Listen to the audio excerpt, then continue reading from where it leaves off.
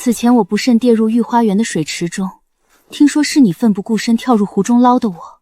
奴婢是娘娘的贴身宫婢，娘娘落水，奴婢相救，这都是分内的事儿。完了，BBQ 了！怎么刚才还跟闺蜜撸串炫哈皮呢？怎么醒来就剩我自己了？我小闺蜜呢？奇变偶不变。傅浩凯，相信你死，夕阳，你果然也穿了呀！救命！你刚才装出那一脸正经宫婢的样子，我还以为我找错人了呢。你当谁都跟你这么好的运气，直接穿成个皇后。身为宫婢，我不装得正常一点，贸然找皇后奇变偶不变，万一皇后是个正经皇后，我不得完犊子？安啦，你姐妹我既然成了皇后，你自然不可能完犊子啦。你从今儿起，姐妹我直接给你颁个躺平证，从里到外360度全方位无死角的罩着你，包你吃香的喝辣的，可好？真的？必须真，比珍珠还真。或者我再送你无数个帅气的4位小哥哥随便挑。那我要8块腹肌，肌肉内敛，肥而不腻的那种。年上还是年下？年下吧，小鲜肉什么的最香了。当然了，大叔也有大叔的魅力，要不然你各种类型的帅哥多送我几个，我看着选。安排，明儿一早我就给你安排。话说，咱现在是什么朝代来着？不知道啊，我刚一醒来就听说皇后要召见我，换了衣裳就赶过来了，问都没机会问。你嘞？不知道啊，我落睡醒来后，又是太医号脉，又是梳妆打扮的，光顾着打听你，什么都没来得及细问。不过问题不大，改明儿我就跑宫婢堆里聊八卦，保证一切都帮你打听得明明白白的。你放心，一切来日方长嘛。姐妹，那就全靠你了。奉天承运，皇帝诏曰：帝后审视参害皇嗣，罪不可恕，现打入冷宫，静思己过，钦此。刚穿越就进冷宫，这会不会多少有些草率了？请吧。公公啊，你确定这里头没什么误会吗？要不要再查查？娘娘啊，戕害皇嗣实乃重罪，万贵妃如今圣眷正浓，陛下没有一气之下剥夺您皇后的皇号，已是给了您极大的体面。交代你的事情办得怎么样？回陛下的话，皇后娘娘已被关入冷宫，中宫的奴婢除了一位叫阿瑶的贴身宫女与她一同去了冷宫外，其余宫婢均留在中宫，各司其职。她入冷宫前可有说过什么？娘娘接过圣旨时问老奴，这里头是否有什么误会，用不用再查查？老奴答：戕害皇嗣实乃重罪，陛下没有褫夺皇后娘娘的封号，已是给了娘娘极大的体面。她听了老奴这话，便不再言语了。你觉得如梅肚子里的孩子，当真是她做的？老奴整日都跟在陛下身边，为陛下端茶研磨，这深宫后院妃嫔间的事，陛下都不清楚，奴才哪里晓得？我又没怪罪于你。罢了，今晚不去找木殿了，摆驾去新贵人的碧玉轩。师父，不是说这万贵妃如今圣眷正浓吗？陛下今夜怎么跑新贵人的碧玉轩去了？仗着万家如今在前朝得力，便妄图染指皇后之位。陛下冷他几日，不过是为着敲打万家。听师父这意思，皇后娘娘是被万贵妃污蔑的。那陛下今日问起，您怎么在这宫里头，要想做事做得长久，眼睛要多看，耳朵要多听，独这张嘴，万万不能多说。你入宫的时间短，今儿这事儿溯起根源，还得从前朝说起。前朝陛下在一众皇子中并不突出，受人排挤，可以说是举步维艰。哥哥沈月战功显赫，娘娘是嫡女，家世相貌顶顶出挑，陛下得了沈家助力，才成了当今圣上。先帝与国丈相继去世，陛下称帝后，对当年受沈家恩惠这事儿介怀很深。你现在明白这里头的水有多深了吗？明白了？陛下不喜欢皇后，今后遇着她的差事，咱该落井下石便落井下石。你明白一个屁！若当真谁能落井下石，陛下今夜怎会去新贵人呢？啊，这都已经入冷宫了，怎么又不能落井下石了？陛下不喜欢他是真，放任万贵妃苛待也是真，但只要他还姓沈，陛下便不会真的动他，要不了几个月还会将他延出冷宫。心眼简直比藕还多，难怪发量少。半天不言语，想什么呢？师父，日后若是遇着皇后跟前的差事，可咋整啊？今后遇着那边的差事，人前公事公办，人后嘛，在不违背圣意的前提下，能帮衬便多帮衬，明白了吗？明白了。吃完花生米便早些休息，省得白日里在陛下跟前站岗还打瞌睡。这师父的眼睛也忒丢了。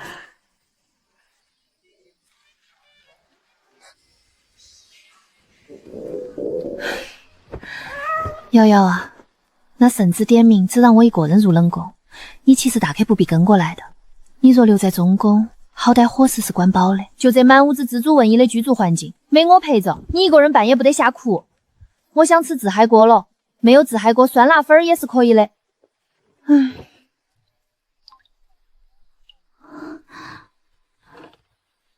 瑶瑶啊，你睡着着吗？没嘞，饿得慌。肚子饿的话，唱首歌就不饿了。有道理，那我整一首。接下来，让我们掌声有请冷宫驻唱歌手徐瑶。阳光像的泡沫是彩色的，就像被骗的我是幸福的，追究什么？瑶瑶啊，换一首吧。我觉得你纯粹是为了内涵我之前答应给你安排4位小哥哥的事儿。我是这么肤浅的人吗？我分明是在内涵你之前答应让我吃香的喝辣的事儿。阿宁，你接下来打算怎么办呢？需不需要按穿越人的老传统，宫斗一波，争宠复位？不缺。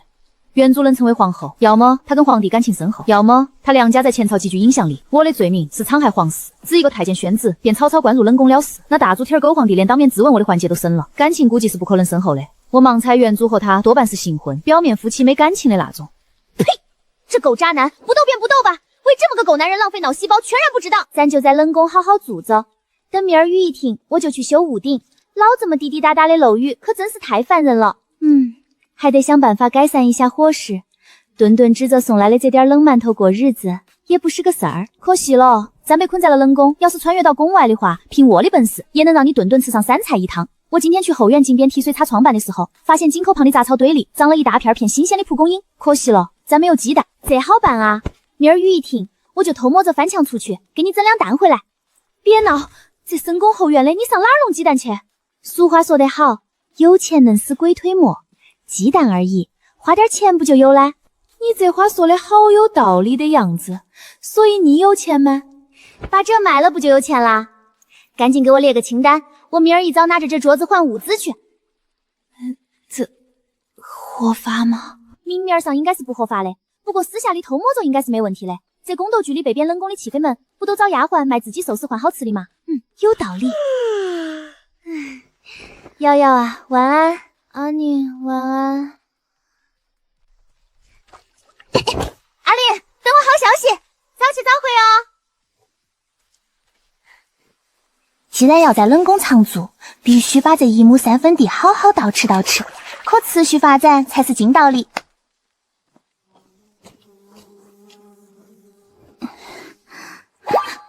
需要不在，看来这事儿只能由我亲自出马了。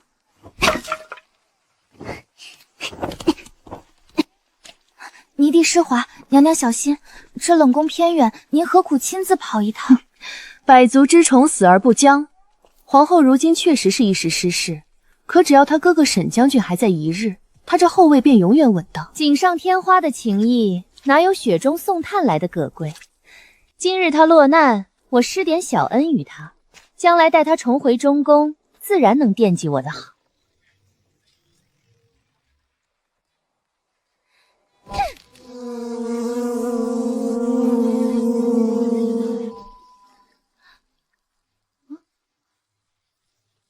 只要我看不见你，我就不算色死。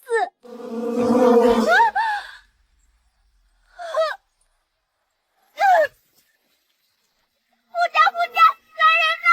快来人呐！赶紧保护柔嫔娘娘！救命啊！快来人啊！哼，行了，去提几桶水来吧。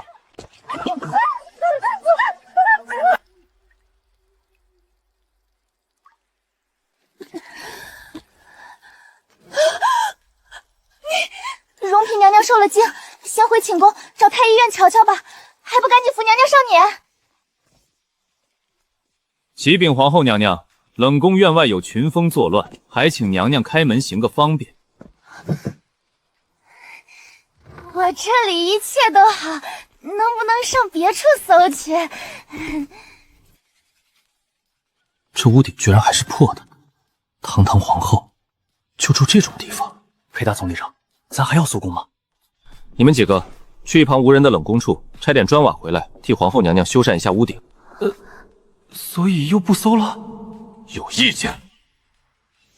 没意见。摩罗金下死，还懂得帮我补屋顶，这家伙长得不错，人更不错，能处。多谢多谢，你叫什么名字？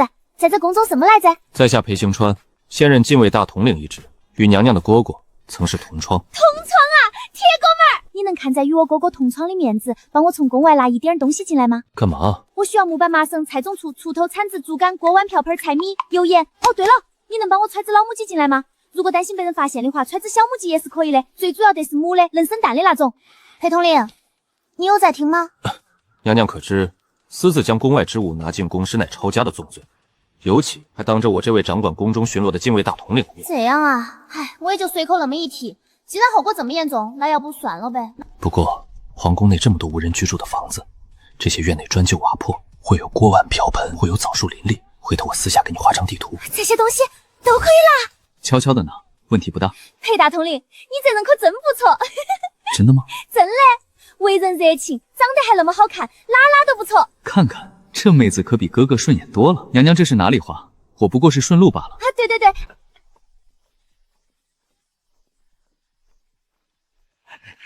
常公公来了，陛下今日想吃些什么？一碗清桂莲花汤。还请常公公稍等片刻。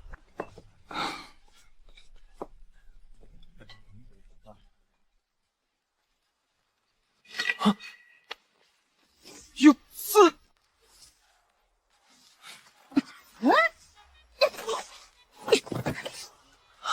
别出声，本姑娘的拳脚可不长眼。说来惭愧，这套动作之所以行云流水，全靠军训时偷吃雪糕被教官罚练了100遍，能唬一个是一个。阿瑶，这不是皇后娘娘身边的贴身宫女吗？平日里看着斯斯文文，私底下竟是个练家子。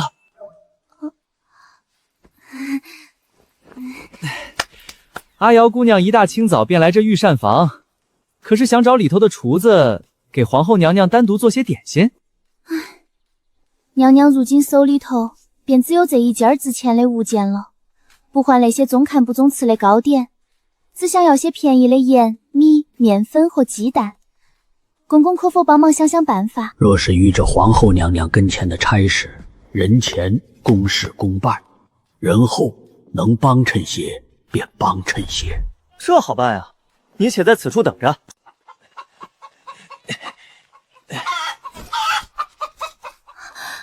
这些都是给我的。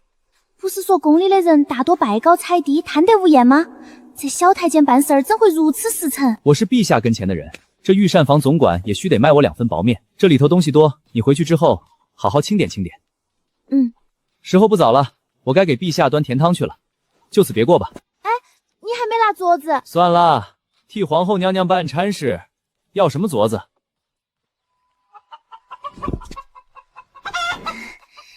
齐家回冷宫。阿玲，我回来啦！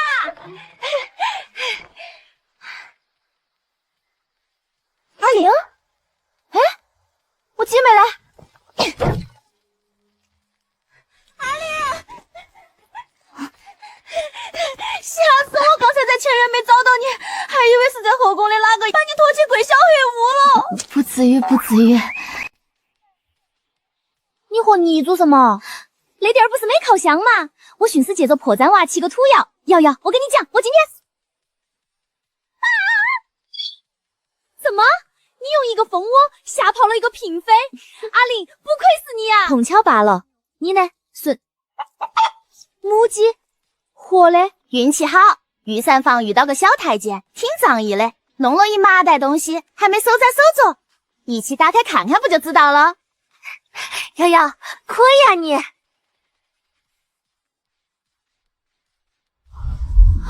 瑶瑶，你确定那只是个小太监？幸福来得太突然了，回头若再见着那位活雷锋，一定要请他来吃便餐。不知道啊，那必须嘞。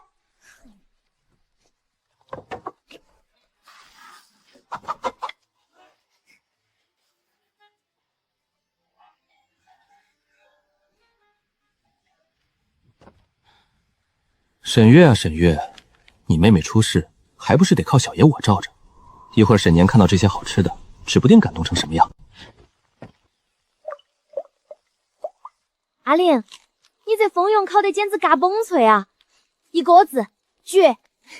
其实蜂蛹这玩意儿，油炸之后撒点辣椒面儿，味道更绝。油炼完了，我觉得我差不多可以做鹅卵石煎蛋了。温度够了吗？完全够了。那你等着，我回屋拿2个碗过来。哎呦，吓我一跳！刺客，亲，吃啥建议走那边呢？是我。深更半夜，裴大头领一身夜行衣来这冷宫做什么？这是警卫大头领裴行川。来，蹭饭的。不行，只有1个鸡蛋，我和瑶瑶都不够吃，没多的分你。为什么？白天我还帮你补屋顶，你偷蜂巢我都没拆穿你。只有1个鸡蛋，我和瑶瑶都不够吃，没多的分你。不白吃你们的，我拿糕点和冷宫地图给你们换。换吗？换吧，瑶瑶，拿碗去。我这边搞定了。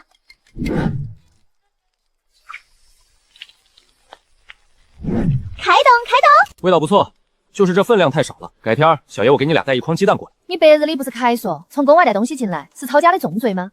被逮着了才叫重罪，凭小爷这身手，轻易能被逮着。所以你身手很厉害咯。整个端场，小爷我认第2，除了他哥，没人敢认第1。那你明天带鸡蛋的时候，能顺便帮忙带口锅吗？不能，揣1筐鸡蛋已经很影响高手形象了，还想让我背口锅，门都没有。有锅的话，我能做出更多好吃的哟。哼，比如这京城还有什么好东西是我裴小爷没吃过的？松鼠鱼、关东豚、美蛙鱼头、冷锅串串、麻辣香锅。你快别说了，一会儿我又该我了。啥玩意儿？你真的是沈林吗？糟糕，聊得太欢，把马甲给聊脱了。如假包换啊！正经皇后会下厨，你这张脸确实没易容，但这也太邪门了。我在入冷宫前，曾不小心失足落水，脑子里失了从前的记忆，多了许多新的东西来。我明白了，你这怕不是得了失魂症了？失魂症？小爷我年少时在武南书院打扫书斋时翻过一本不仅起点，上头说常人在受到极端刺激后会暂时失去记忆，多出新记忆，从而性格大变。啊，对，是。时候不早了，小爷也该回府睡觉了。是不是小爷真的把铁锅给你弄进来了？你就能把那些东西做出来，给小爷我长长眼？对，没错，所以你要加油哟。小爷这踏月无痕的起功，厉害吧？谁在上头？不好，有刺客！我操！你说他会被自己的手下逮着吗？不能吧，他不是说自己的武功全端地排第2吗？瑶瑶啊，你说这点儿除了咱俩，还会有别的穿越者吗？不知道，武侠剧撑不起我。原来这个世界的人真的可以飞呀！要是会飞的那个人是我就好了。陛下今夜歇在了何处？回娘娘的话，陛下今夜歇在了云光斋荣嫔处。自从沈林那贱人被贬冷宫后，陛下便一日也不曾来看我。这门前冷清的，仿佛以前的恩宠都如做梦一般。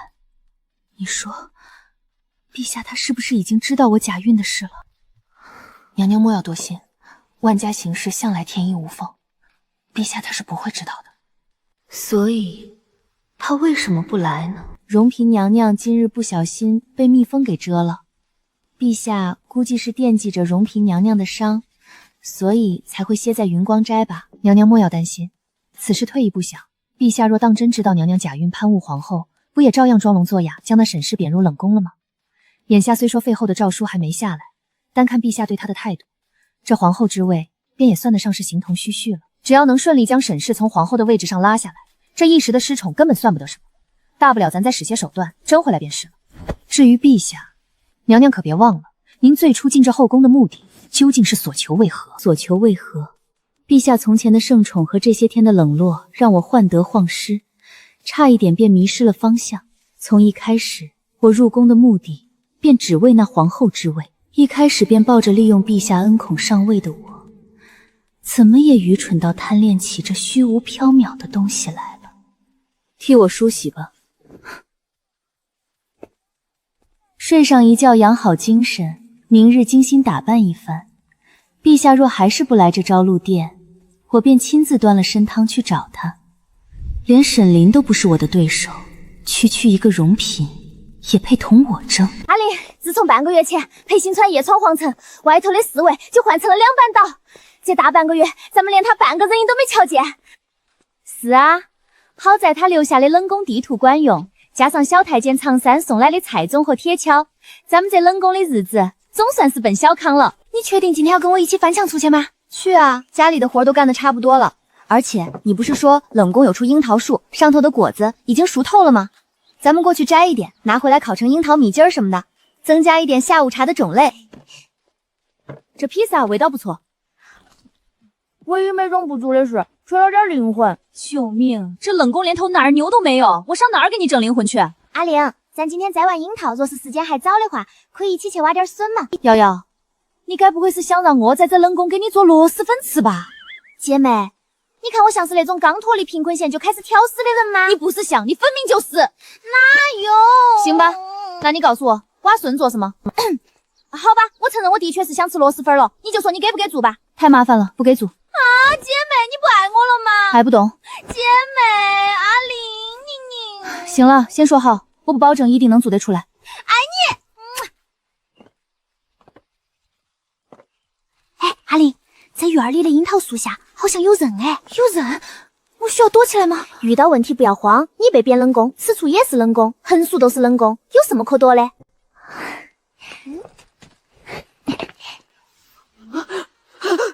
母后，你怎么来了？阿玲，你瑶瑶，我，儿臣拜见母后。不是说好的新婚吗？为什么会有崽儿？就算有崽，这崽为什么在宫里混得跟要饭的一样落魄？呀！这干嘛呢？这是？好啊，你果然又跑到这院里来了，还不赶紧给我滚过来！你是哪个宫里的嬷嬷，敢让皇子滚过来？胆儿挺肥啊！哼，婢女生的小孩也配叫皇子？你又是皇后娘娘，这地方又偏又冷的。皇后娘娘平日里若是无事，还是少来此处的好。大胆！皇后娘娘愿意待在何处便待在何处，轮得到你这么个狗奴才问东问西的吗？哼，这都已经北汴冷宫多日了，还端着皇后娘娘的架子呢。要我说，落魄的凤凰不如鸡。好一个落魄的凤凰不如鸡！我倒要看看，今日我乱棍打死你的老母鸡！有没有人敢说这凤凰半句不是？逍遥姐姐以前明明说话有情有义，她怎么变得这么厉害？老奴有眼不识泰山，还请皇后娘娘恕罪。你多大了？回母后，儿臣今年4岁了。我以前经常欺负你，那你这么怕我做什么？之前说不要就不要，今日又突然这般作态，也不知道装给谁看。我让你开口了吗？还不赶紧滚！是想留在此处继续挨揍吗？哎呀，我去，装凶卖狠欺负人什么的，可真是累死本女侠了。我又不是吃小孩儿，你不用这么怕我的。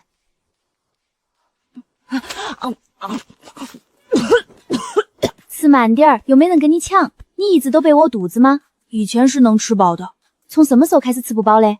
半年前你下令不准我去中宫请安后。不对啊，好歹是个皇子，怎么混得这么惨？你娘亲呢？死了。那你爹嘞？听孔嬷嬷说，他早就已经把我给忘了。这死渣男皇帝，只管生不管养的嘛。樱桃捡得差不多了，咱们可以去挖竹笋了吗？我该走了，拜拜啦，小家伙儿。母后，还有什么事吗？当初是儿臣做错了什么吗？你小小年纪能犯什么错？那你当初究竟为何不要我了？唉，你想养的话就养吧，只是你要考虑清楚，养小孩跟养闺蜜是不一样的。你确定要带她回家之后，就得对她今后的人生负责，不仅要教会她读书识字，命理，还得教会她九九乘法表。等会儿，为什么要教她九九乘法表？自然是为了让她承受一遍咱俩当年读书时被数学支配的恐惧。那你怎么不让我教她英语？这你就不懂了吧？这短朝连个外国人都没有，学习英语有冒险意义。九九乘法表咱至少能默写出来，英语你能默写出多少单词？心里没点数吗？小朋友，别哭鼻子了，跟姐姐一起回家好不好呀？我不是不要你，只是如今的我早就不是半年前那位高权重的中宫皇后了。我现在住在冷宫，日子过得紧巴巴的，你跟在我身边也没什么前程。只要母后别再把儿臣扔掉就好。行吧，你跟我走，从今儿起你也别叫我什么母后了，就叫我漂亮姐姐吧。乖，叫一个来听听。漂亮姐姐。瑶瑶，我感觉我整个人年轻了不少哎。还有我，叫声漂亮姐姐，以后谁欺负你，我帮你揍他。漂亮姐姐，不行了，阿宁，你这便宜儿大可真是个大宝贝，我强烈申请，我必须当她干妈。母后，什么是干妈？干妈的意思就是从今天开始，你有2个漂亮姐姐给你当娘亲，惊不惊喜，意不意外，开不开心？开心。小家伙儿，你叫什么名字呀？刘启。哪个启？丢弃的弃。这名字寓意不好，阿念，咱重新帮他起个名字吧。让我想想，以后叫你徐昭吧，朝阳的朝。讲道理，为什么不姓沈？沈昭也行啊，反正作为咱俩的大宝贝儿，跟谁姓都一样。那就这么愉快的决定了。好奇怪，这地方明明是冷宫，为什么院子里还会有秋千架？为什么墙院四周会有花？木桌旁那些四四方方用竹子编的东西是什么？你自己先找地方玩，一会儿我打好热水之后，你便来后院洗澡。早早，热水好了，你快过来。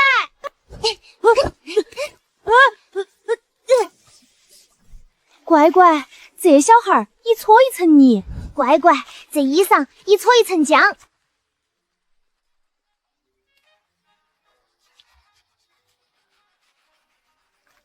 母后，这什么？这东西叫无患子，纯天然的肥皂，去污清洁，效果一级好。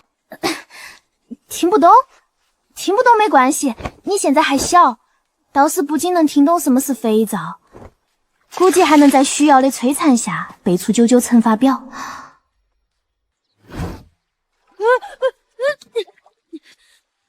母后，这些都是儿臣一时顽劣，爬树摘枣时不小心摔伤的，早就不疼了。早早乖，以后姐姐保护你，不会再为让别人欺负你了。眼下天儿越来越热了，陛下可要来碗冰酥酪解解暑？陛下伺候三皇子的孔嬷嬷那边传来了消息，说是这三皇子殿下被皇后娘娘接去了冷宫。你觉得皇后此举是为何意？娘娘待在冷宫已有半月，冷宫清冷，有那孩子陪在身边，想必日子能过得不那么乏味。他那闷葫芦一般的性子，竟也会有觉得乏味的一天。不过是老奴愚见罢了。此事儿陛下以为如何？用不用老奴差人将那三皇子从冷宫接出来？罢了，随他去吧。长公公留步。之前你分我的那小袋怪味花生，你那儿还有没？唉，我总共便只得了这么一点儿，加上我师傅也爱吃，分你小半袋后，剩下的全拿去孝敬他老人家了。哎呦，我的好兄弟！那日我将那袋怪味花生带回去后，本是刘说想自己下酒吃的，哪曾想正吃着，却被内务府总管江公公给撞上了。我寻思做个顺手人情，便将那一小袋花生全拿去孝敬他老人家了。谁成想他今日又来找我要江公公的吩咐，我哪敢拒绝啊？我心里想着，或许御膳房这边能有办法，于是硬着头皮答应了下来。谁成想今日一打听，这御膳房里的厨子听都没听过这东西。你行行好，看看能不能想想办法，再帮我多弄几袋来。这事儿不好办啊！我实话跟你说了吧，那东西是冷宫那边皇后娘娘跟前的小姚姑娘给的。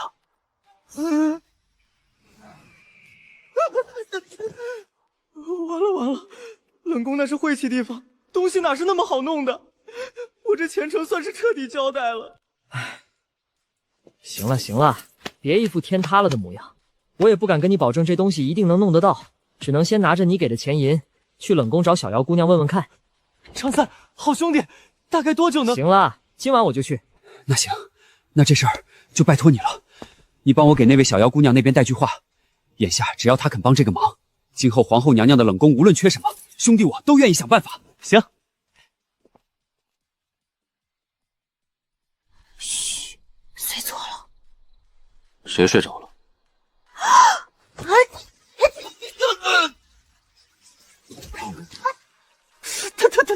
因为一口铁锅，我这全端岛武功排名第2的高手风范，算是碎了个稀烂。前段时间这皇城内的防守实在是太严了，一到晚上到处都是巡卫，好不容易熬了半个月，巡守3班轮换刚改成2班轮换，小爷我立马就带着铁锅来兑现承诺了。怎么样，够仗义吧？亲，如果记得没错的话，前段时间皇城防守之所以会那么严格的原因，好像是因为某个人太过招摇造成的吧？小妖姑娘，你睡了吗？常山，他寻常不都是在御膳房附近当差的吗？特意跑到冷宫这边来做什么？原本沈林这个废后会下厨就已经够奇怪了，想到他身边的宫女比他还奇怪，正经宫女哪有爬墙爬得如此利索的道理？常公公，你来找我是有什么事吗？情况是这样的，阿匡那边若还有多嘞，其实我这边也想花些钱银买一些那怪味花生。这事儿我做不了主，这东西是皇后娘娘做的，能不能卖得问过她之后才晓得。皇后娘娘，要不然你进院里自己同她说吧。大统领，方便用你那帅得无与伦比的寝宫带个人进来么？来，走。和大端朝的皇后娘娘坐在一张桌上喝菊花茶，这茶还是娘娘亲手泡的。这种事发生在我这种小太监身上，属实是有些诡异了。此前常小哥帮了我和瑶瑶这么多忙，照理你的要求我是不该推脱的，只是前些日子做的花生早就送完了，眼下我在院里头并没有现成的材料。这事儿好办，您若是需要什么材料，列个单子，回头我差人给您送来。行，其实我这宫里除了怪味花生以外，还有别的好东西，有机会也拿给常小哥试试。还有别的？那自然是要试一试的。哦，对了，这一袋是阿宽给的，另外一袋是我的。常小哥此前帮了我和瑶瑶这么多忙，我这儿的东西只要事儿，用不着给钱银的。皇后娘娘今后若有什么吩咐，常三鞍前马后，义不容辞。用不着鞍前马后，只是今后若还能遇着阿宽这样的事儿，不知道常小哥能否帮忙跑个腿儿，拿上钱银来冷宫找我。什么帮不帮的？娘娘这话说的可真是太客气了。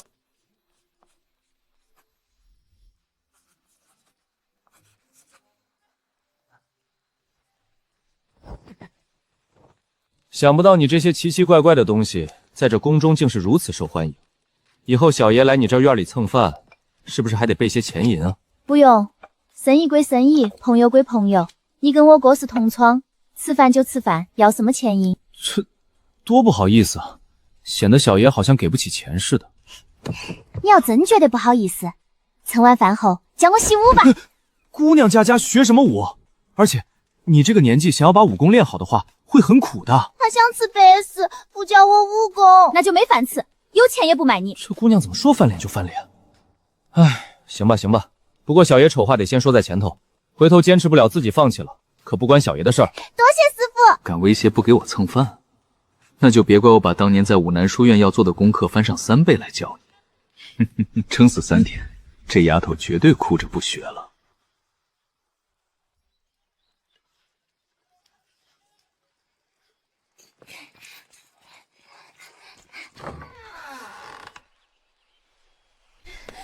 走，你醒了，早餐在桌上，自己过去吃。阿丽，我还剩多少圈没跑？已经跑完15圈了，还剩15圈。瑶瑶，你加油哦！啊，已经跑完一半了，革命的曙光就在眼前，加油，坚持就是胜利，冲呀！母后，革命的曙光是什么？这是一种薯片的名字。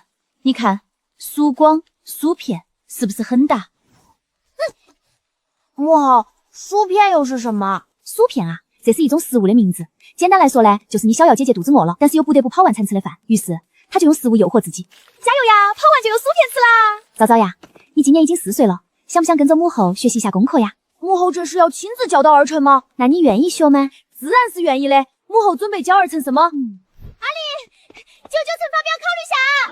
母后，什么是99乘法表？唉，一种算术口诀，想学吗？只要是母后教的，儿臣什么都愿意学。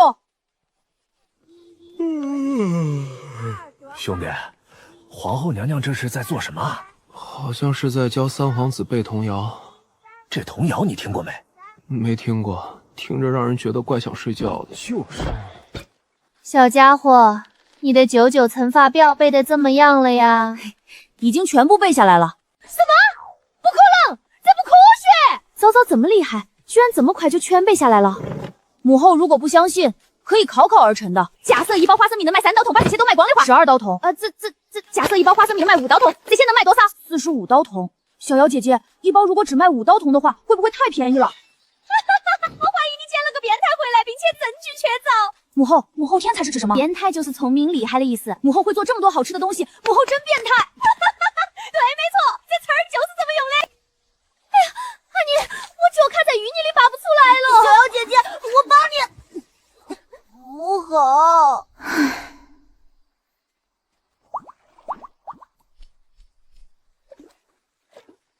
想法很美好，现实太残酷。这玩意儿虽然好吃，但单凭我们3个人根本没办法实现2餐。一下午才摸这么伤点儿，阿宁，看来这后宫不适合卖小龙虾呀。哎呀，凡事往好的方面想，这玩意儿虽然没法卖，但是可以吃呀。不如今晚咱们宵夜就吃咸蛋黄小龙虾怎么样？母后，您这么天才，一定能想出别的办法的。知道啦，走吧走吧，回家给你俩做咸蛋黄小龙虾去。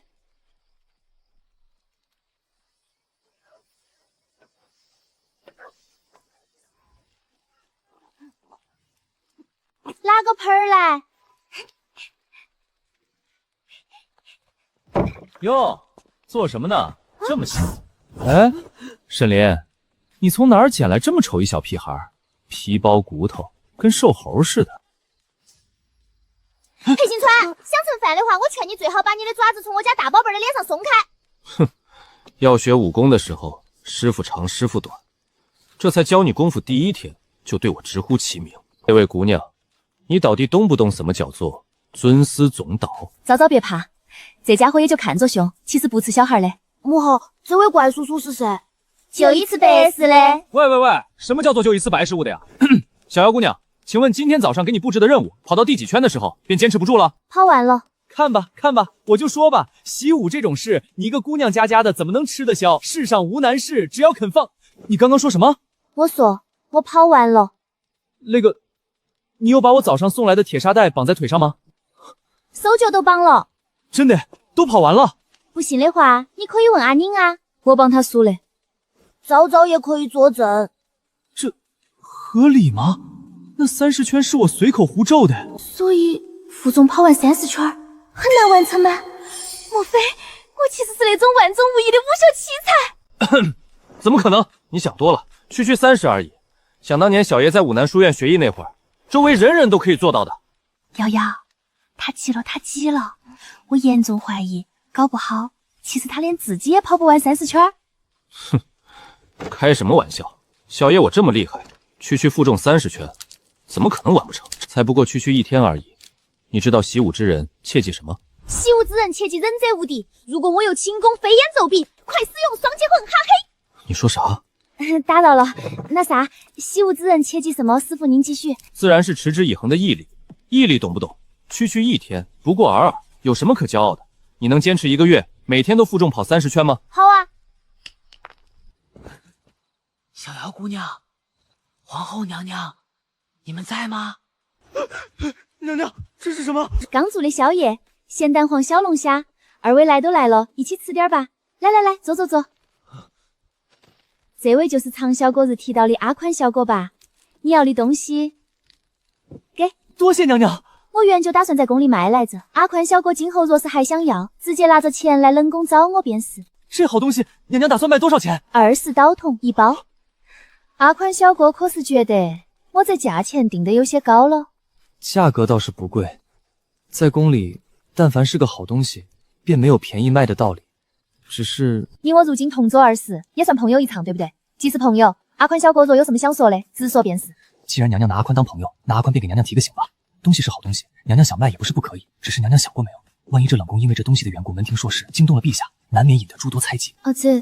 他不提这茬，我都快忘了这宫里还有个皇帝这事儿了。阿宽斗胆，已经替娘娘想了一个法子。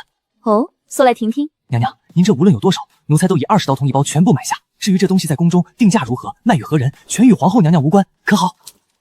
他俩在聊什么？听不懂。哎呀，好久都没吃到过这么爽的小龙虾了，我得再多吃2个。今晚的月亮又大又圆，阿玲呀，你觉不觉得它有点像挂在天上再次撕的葱油烧饼？咱好歹也是经历过9年义务教育的穿越人，此情此景也该做点海上生明月、天涯共子时之类的话才应景吧？说吧，你是不是明天早上想吃葱油烧饼了？知我者，阿宁也。最近运动量太大，我强烈申请，我要吃2个。你怎么把咱俩的存钱罐给拿出来了？自然是为了跟你在这花前月下，从诗词歌赋聊到人生理想啊。说人话。阿宁，你最近几日一门心思的搞钱，可是对今后的日子有什么新的打算了吗？让我猜猜，你是不是起了离宫的念头？因为早早的缘故，咱俩这种死在宰当，早早还小，不应该把余生都葬上送在这冷宫里。瑶瑶，你觉得离开皇宫这想法可行吗？离宫？你这想法自然是极好的呀。首先，咱俩在这宫中狠赚他一笔钱，然后买花游轮或者房车，一起闯荡江湖，周游世界。好家伙，这里是端槽，我上哪儿给你整邮轮和房车去？木船和马车也是可以的，交通工具不是重点，重点是闯荡江湖和周游世界。最后，咱再寻一个山清水秀的地方，买下一栋别墅，退休养老。亲，你是不是忘了我现在的身份是在端槽的皇后了？反正你俩也是新婚，离了呗。把皇帝休了，你就不怕他面子上过不去，一气之下派人追杀咱俩啊？怕个毛！你姐妹我可是要成为武林高手的人，时机一到，你大胆修复便是。那渣男如果敢派刺客来杀你，来一个咱砍一个，来两个咱砍一双。瑶瑶，你说的对，咱不纠结了。从今儿起，我呢一门心思认真搞钱，你呢一门心思专心练武。等到你怀里这存钱罐填满之后，咱俩便一起筹划筹划待宰立功这事儿。这就对了嘛。对了，阿宁，刚才你与那阿宽聊得如火如荼，可有想好除了那怪味花生米之外，还卖点别的什么了吗？暂时没想清楚，不过这宫里的工人大半夜站岗，经常会觉得肚子饿。我如果能研究出一种价格便宜、方便快捷且味道不错的食物，想必会比那怪味花生更为畅销些。阿玲，要不方便面考虑一下？我去试试看。大晚上的，我试试看。大晚上的，瞎忙活啥嘞？等过2天，把那200包怪味物理米交给阿宽算是，让他给咱院里补点原料，你再研究也不迟。睡觉。阿宽哥，这种小事儿怎么能劳您亲自动手呢？我来。阿宽哥，听说东西是从你这儿流出来的，帮个忙，卖兄弟2包如何？存货前2天就卖完了，我现在手头上是真没货了，预定的单子都已经排到3个月后了。我猜到这东西会火，但万万没想到200包的货1天就没了。我一个刚进宫的新人，碍于人情，提前应下一大堆单子，这饥饿管理玩砸了啊！就不能想想办法多弄点吗？我也想加单啊，可皇后娘娘明明白白说过，1个月只做200包，再多只能等下个月。那可是皇后，我敢拿刀架在她脖子上催吗？海公安，阿宽，入夜后来我房里一趟。海总管找你，阿宽哥，你发达了。像海公公那样的大人物，连我的名字都记不得。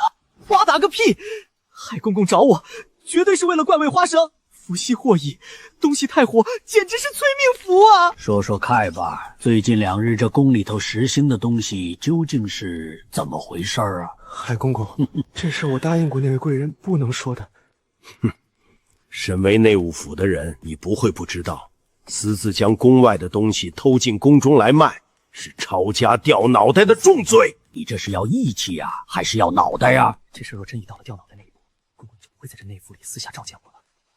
阿宽自从入了这内务府，时时刻刻都受公公庇护，这点心意还望公公笑纳。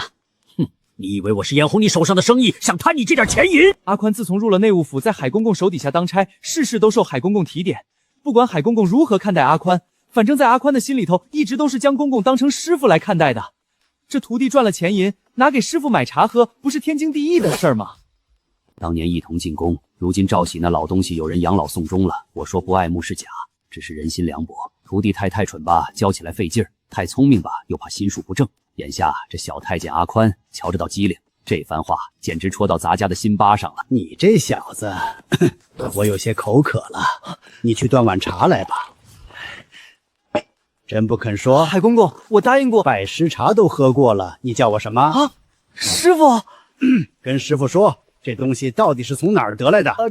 你莫不是以为我收你为徒，问你这玩意儿的出处，是为了从你手头上抢生意吧？你可知这东西如今在这后宫风头太盛，而它的出处却又来路不明。回头一旦被上头的人问起，若给不出一个合情合理的解释，整个内务府多少脑袋都不够赔你掉。此物的出处，弟子可以同师傅说，只是还需师傅向弟子保证，绝不将此事告诉给旁人。这徒弟空有一些小聪明，可惜了，格局太小。区区几包花生米的出处，还搞得神神秘秘的，让我跟着发誓。这东西是弟子找冷宫中的皇后娘娘拿的。什么？没骗你，这东西真是皇后娘娘给的。把东西停了，从今儿起别卖了。怕是不行，我按照娘娘的意思限量供应，谁成想这么受欢迎，不少没买到的提前找我塞了钱银，这订单已经排到3个月以后了。你呀，简直贵人之间的事，是咱们这些做奴才轻易能够掺和的吗？我不但掺和了，我还和皇后娘娘在同一张桌上吃小龙虾来着。师傅，这事儿我已经向您全部交代清楚了。我如今是您的弟子，回头若真出了什么事儿，您是不会见死不救的，对吧？我现在只想把刚才喝的那杯茶吐出来，然后再把你一脚踢出内务府。能说这话，说明不会见死不救了。说说看，皇后娘娘那边是什么意思？皇后娘娘被贬冷宫，虽说封号还在，但阅历被扣了。娘娘研究这东西，起初是想自己挣2钱银试试，但娘娘转念一想，冷宫若是因这东西的缘故，门庭若市，难免会引得陛下诸多猜忌。于是机缘巧合之下，娘娘便托我出面经营此事。听你的意思，你做这些事儿都是为了皇后娘娘的吩咐？啊，对对对。这东西既然并非宫外之物，回头上头问起，倒也谈不上论罪了。你得空便去找皇后娘娘跟前问问清楚，若她仅仅只是懒得自己经营，才将东西交由你来卖，回头上头问起，你只需说出自己是替娘娘办事，自然能把咱内务府摘得一干二净。若是不愿意让陛下知道这些东西出自他手，你便同他商量，寻一个信得过的人，让娘娘把做这些东西的法子全部交由内人之手。回头陛下若查，此事自然也与娘娘那边没有关系。可皇后娘娘好不容易研究出来的东西，轻易能把配方交出来？皇后娘娘眼下最缺什么？钱银。你每月按时按例将钱银给皇后娘娘，她能不答应？那师父以为让谁去学比较合适？这事儿自然应当等到你同皇后娘娘那边商量之后方能决定。你切记，不仅你信得过，最重要是皇后娘娘信得过，明白吗？明白。师父此番教诲，弟子铭记于心。从今往后赚的钱银，一定多多拿来孝敬师父。油嘴滑舌，我能稀罕你挣的那点钱银？回头我就去赵喜跟前嘚瑟我这孝顺徒弟。母后，有人找你。瑶瑶姐。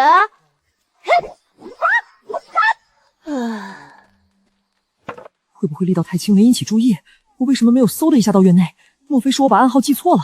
早知道就该找常三一起来了。你是来找我母后的吗？对对对，我母后和瑶瑶姐姐近日有点忙，你如果有急事找她，便自己想法子翻墙进来吧。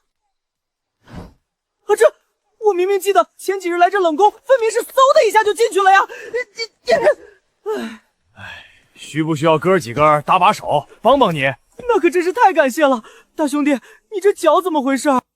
甭提了，里头那位小瑶姑娘，起初下盘不稳，空有花架子，哪曾想这姑娘一日比一日进步神速，力道一日胜过一日。我今早同她切磋，一时大意，提剑挡刀的时候，不小心把脚给崴了。看来看守冷宫也不是件容易的差事儿啊。嗨，本来哥几个一开始都懒得搭理他，是皇后娘娘说，只要陪小瑶姑娘打架，就能在冷宫蹭饭吃。多谢大兄弟，能来这冷宫的都是娘娘自己人，跟咱哥几个客气个什么？行，早早去把笔墨纸砚拿来。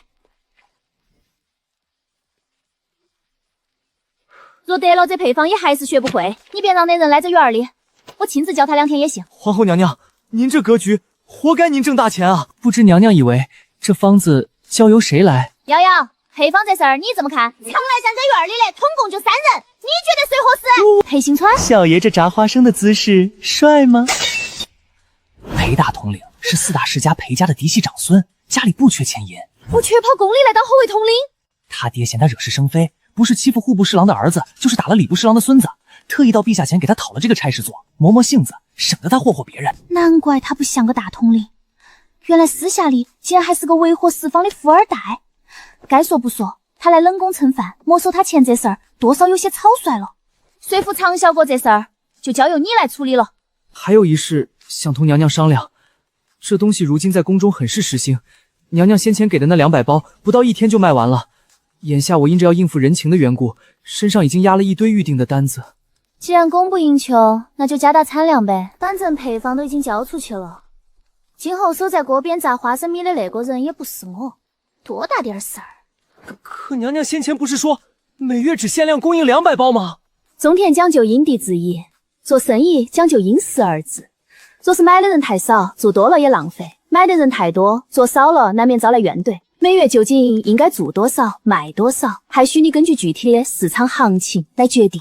除此之外，若一个人制作的产量实在供不应求，还可以将这配方拆成多份，按照流程交由多人分别制作，从而节约时间成本，扩大生产规模。什么？娘娘让你把配方交给我？你嚷嚷什么？这玩意儿现在在宫中的定价是35刀铜，娘娘拿20刀，除去成本，剩下的咱俩各分一半，成不成给句痛快话？选我肯定是可以，只是这制作过程过于繁琐，我白日里要守在御书房站岗，只有晚上。娘娘那边还帮忙想了个法子。什么法子？娘娘的意思可以把这配方拆开找人来做，但具体如何操作我没听懂。我明白了啊，咱们可以先将配料提前混合好，然后找一个人负责搅拌，再选一个人守在锅旁负责控制油温和复炸，最后多找几个人称重打包。原来如此，那找人就交给你了。为什么是我？你师父是宫中太监总管，日常除了伺候陛下饮食起居，还负责宫中太监的岗位调配。你是他徒弟，找他讨几个人使唤不简单。你确定这事儿我能找我师父商量？问题不大，这主意一开始还是我师父帮我出的。等会儿，你什么时候有师傅了？昨天。你师傅谁呀？内务府总管海公。既然海公公也掺和这事儿，那我去找师傅开口要几个人使唤。师傅看在海公公的面子上，应该不会一边骂我蠢，一边给我脑瓜崩了。那行，我明儿当完差去找我师傅问问。现在就去？这么着急吗？赚钱这种事情不积极点能合适吗？被预订单压得喘不过气，我恨不得现在马上变出一堆怪味花生米来。那，你陪我一起去。行，走。大福耗子，你这是又贪着什么宝贝？瞧瞧你脸上的褶子，都笑成一朵花了。我说，咱俩都是半截身子埋黄土的人了，你怎么还改不了叫人绰号这老毛病？堂堂内务府总管有个大福耗子的绰号，若是传到太监堆里，我不要面子的吗？私下教教咋了？我这屋里又没旁人。说说吧，究竟遇着什么宝贝儿，把你乐成这样？我收徒弟了，看到没？我徒弟孝敬我买茶喝的。哟，哪个宫里当差？叫什么名字？大福耗子这么怕麻烦的人，居然也有了徒弟。师傅，对了吗？进来吧。哎，师傅，您怎么也在这儿？师傅，原来你徒弟是这小子，他我倒是有印象，和我徒弟同一批入宫，圆滑机灵。不知为何，隐隐从这二人的身上看到了当年我和福耗子的影子。师傅，这事拨几个人给你拆拆，不是什么大问题。不过这事儿你既然想找我帮忙，总得跟我交代交代这配方的出处吧。这东西是弟子家乡那边的特产。小兔崽子，这些小辈儿不清楚，宫里的老人却门儿清。赵熙之所以收常三做徒弟，主要常三与赵熙是同乡，你拿特产骗你老乡师傅，合着这件事儿，整个屋里就我一个不知情。大福耗子，说说吧，怎么回事？都说了，让你别在小辈儿跟前叫我绰号，你个没长记性的四喜丸子！你先到屋外待着去，没我的命令不许进来。是，好。你刚刚在我徒弟面前叫我什么？四喜团子？是你先在我徒弟面前叫我大福耗子的，还不老实交代？这东西到底是从哪儿来的？皇后娘娘跟前拿的。什么？皇后娘娘？你在宫里大半辈子都白活了吗？小辈不懂事，你不阻止便算了，竟也跟着瞎胡闹。贵人间的事儿是咱们轻易能够掺和的吗？这事儿万一引起了陛下的注意，上头下令一查，几个脑袋够你掉的？你师父骂我师父这话，师父骂我的话一模一样。这两人这么默契的吗？复制粘贴的台词是吧？我徒弟，你徒弟都掺和了，怎么着吧？有本事你到陛下跟前去举报啊！再不然把这配方还给皇后娘娘啊！你少拿话激我！去陛下跟前举报自己的好友和徒弟，这不是纯脑子有毛病吗？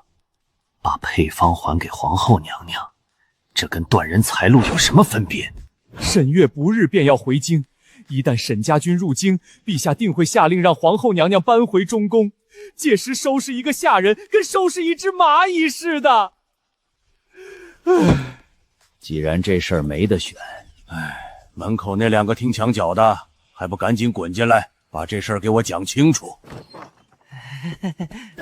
所以你一早就在私底下往冷宫娘娘跟前送东西啊？不是师傅教的吗？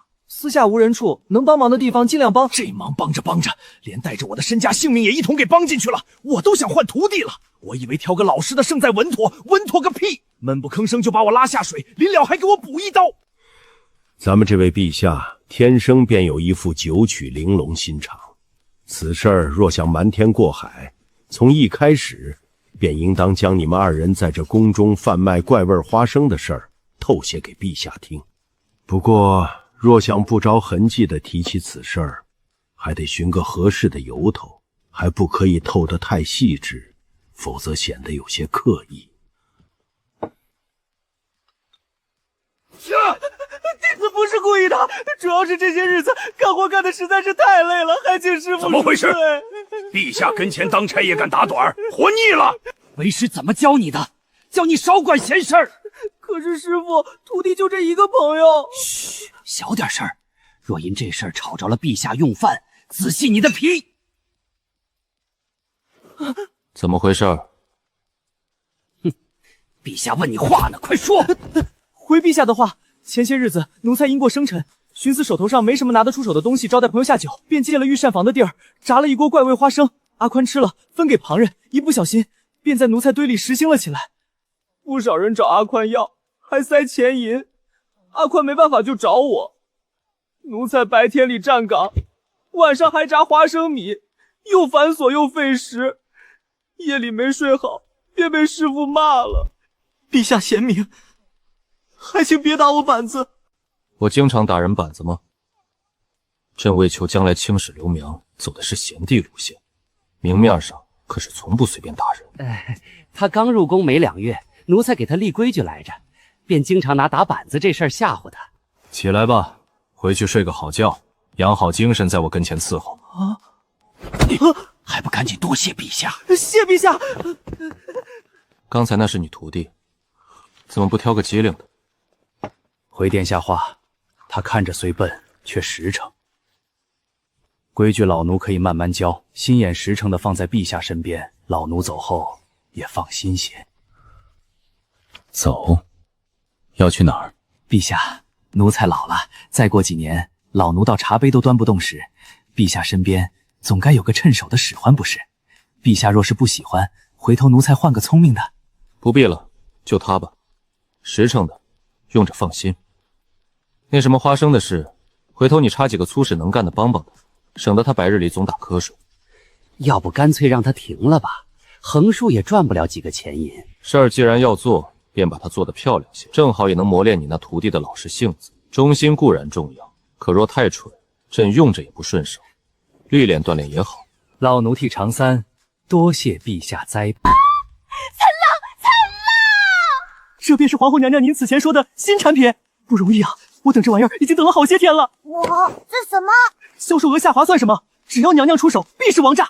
方便面。不同于怪味花生有配方草，这方便面可是我这些日子凭感觉一步一步翻车摸索出来的亲骨肉啊！看起来丑不拉几的，你确定这玩意儿能好吃？面条而已，能有多好吃？试试看不就知道了。我这次一共准备了6种口味。这是什么？脱水蔬菜包。脱水蔬菜？什么鬼？那这个呢？调料包。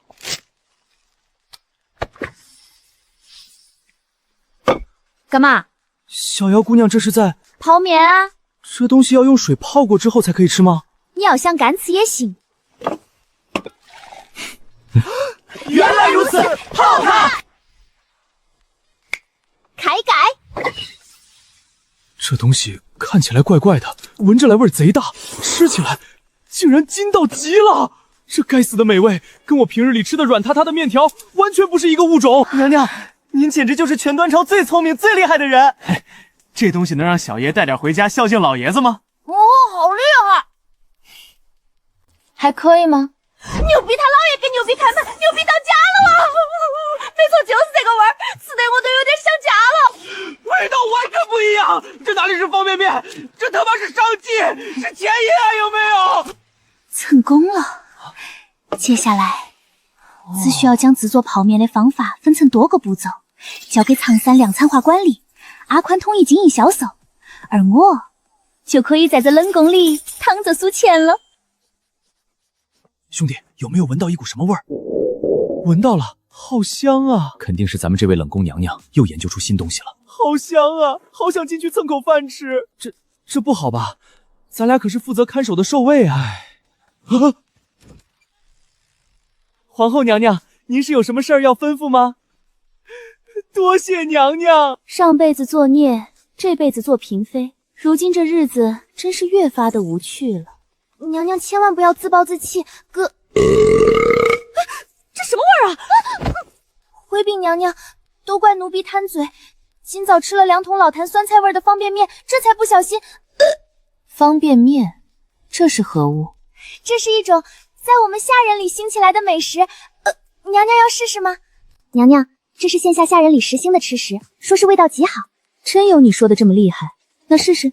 反正闲在这宫中，陛下也不会来看我，打发时间罢了。这东西味道还真是不错，做起来麻烦吗？回娘娘的话，不麻烦的，现成的调料蔬菜包，拿开水泡一泡便能吃了，味道不错，容易储存，食用方便。沈将军回京没？回娘娘话，按照荣家传来的消息，依着日程，大将军抵达京城的时日，约莫不过5、6天的功夫。可是那冷宫有蜜蜂哎！那日裴统领已经带着冷宫守卫围剿了蜂巢，不会有事的。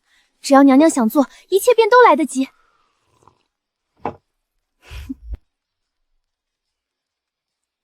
行吧，反正日日守在这云光斋里，也守不出什么前程来。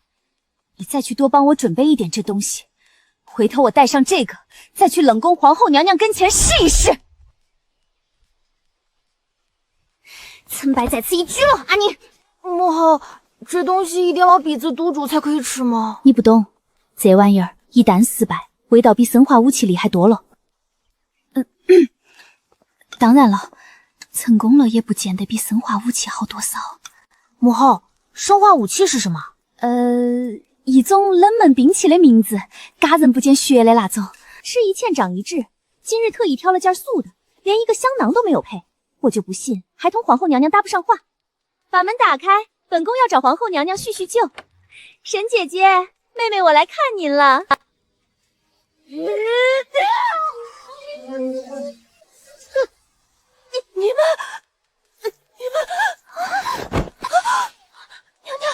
娘，来人救驾！救驾！快来救驾！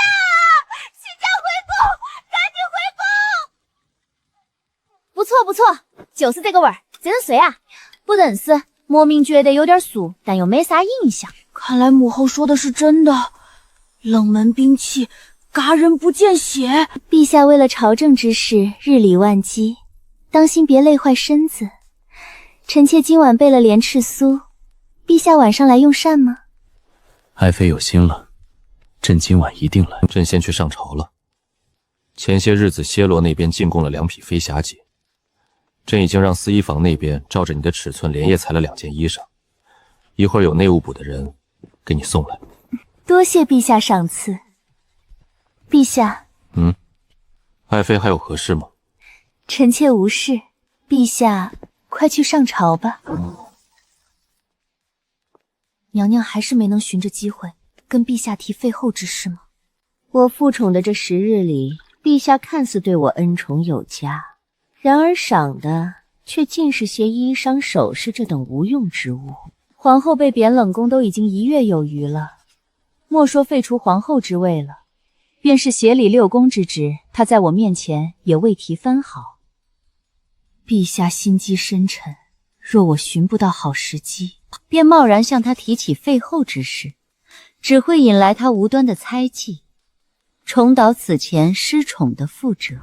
可是娘娘，没时间了。万家那边传来了消息，沈将军最多5日便会回京。他一回来，皇后娘娘那边势必会被陛下循着由头迁出冷宫的。怎么会这么快？那些边关刘废不过是乌合之众，沈月带兵多年，对付刘废自有些雷霆手段。咱们好不容易才哄得陛下将沈皇后打入冷宫，若她从冷宫出来，下次再想送她进去就难了。看来只能兵行险招了。娘娘可是有主意了？你寻一个从前在皇后宫里当过差的，在沈皇后日常吃食上动些手脚，只要他嘎，皇后之位便再无威胁。娘娘可知，此事查出任何蛛丝马迹，等待万家的将会是灭顶之灾。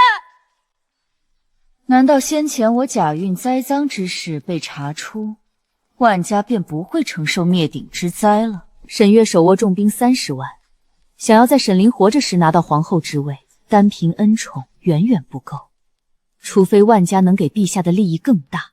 将我说的一字不漏全部传回去，具体如何行事，全凭我爹做主。杀皇后，这可是要诛九族的死罪啊！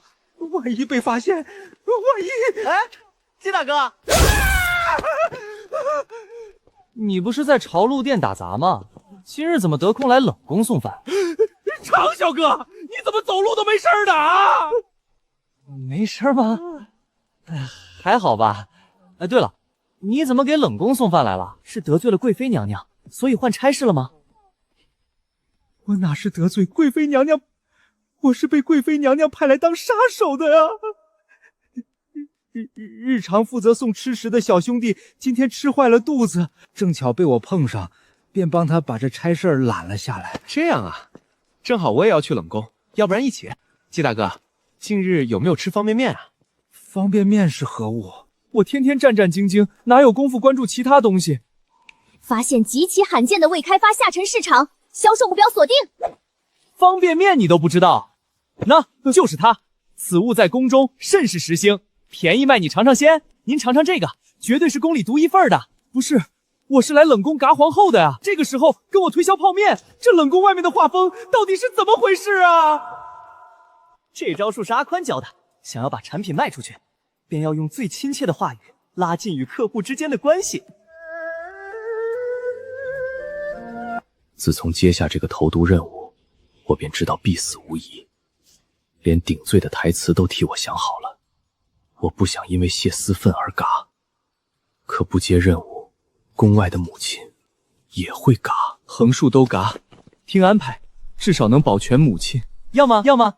买的话给你打折，打骨折哟。吃这个会耽误我送饭吗？不会不会。那好吧，多少钱银？原价是30刀铜，你给20刀铜就成。若觉好吃，记得多帮我向朝露店的兄弟推销推销哦。推销？我都要去嘎了，哪来的命推销？这个怎么吃啊？泡水，干吃都可以。要不还是泡水吧，分量足些。走，我陪你一起去给娘娘送饭去，顺便再找她借一勺开水给你泡面。季大哥，人呢，甭管遇到什么坎儿，咬咬牙翻过去便好了。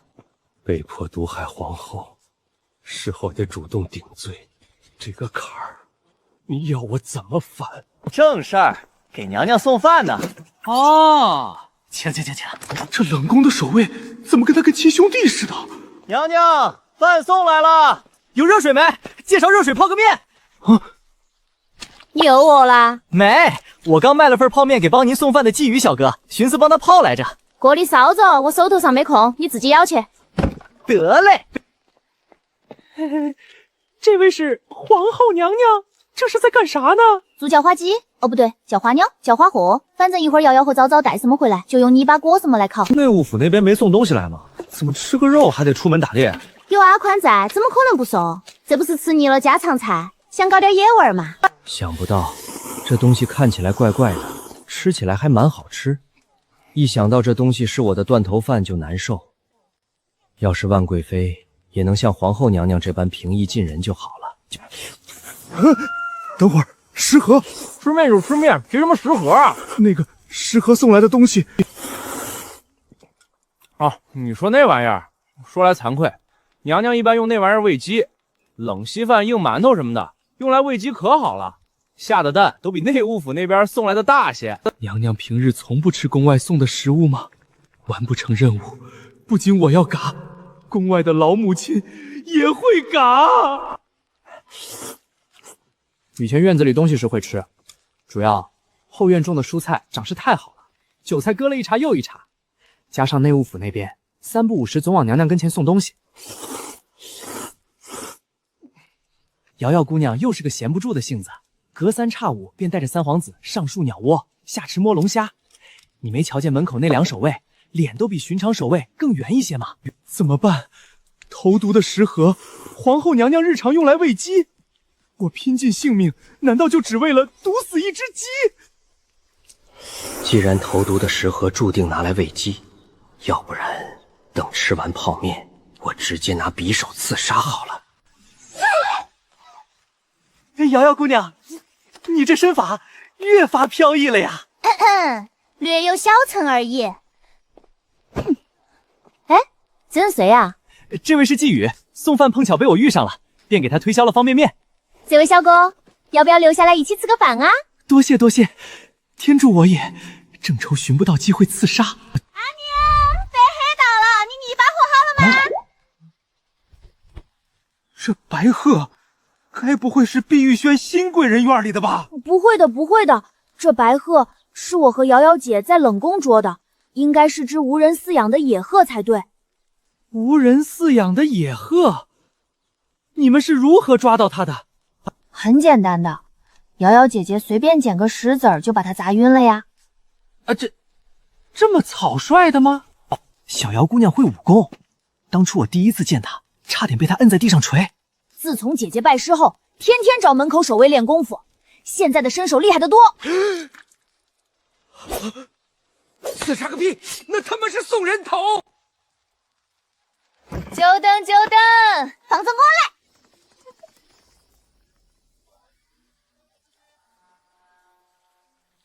昨个一早，这院里的白鹤便只剩1只，这都已经2天了，照理说也该回来了才是。君心有意鹤成双，君心无意形影淡。就连白鹤也暗示我，陛下今后不会再来这碧玉轩听曲。这野鹤长得还挺肥的，对吧对吧？不肥我都懒得抓它。我终于明白了，把毒下在冷稀饭里去毒娘娘，是多么荒谬、多么不靠谱的行为！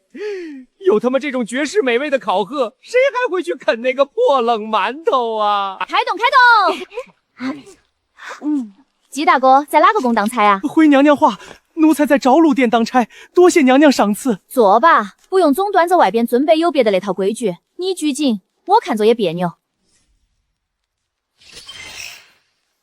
刚才吃的方便面吃得可还习惯？自然是极好的。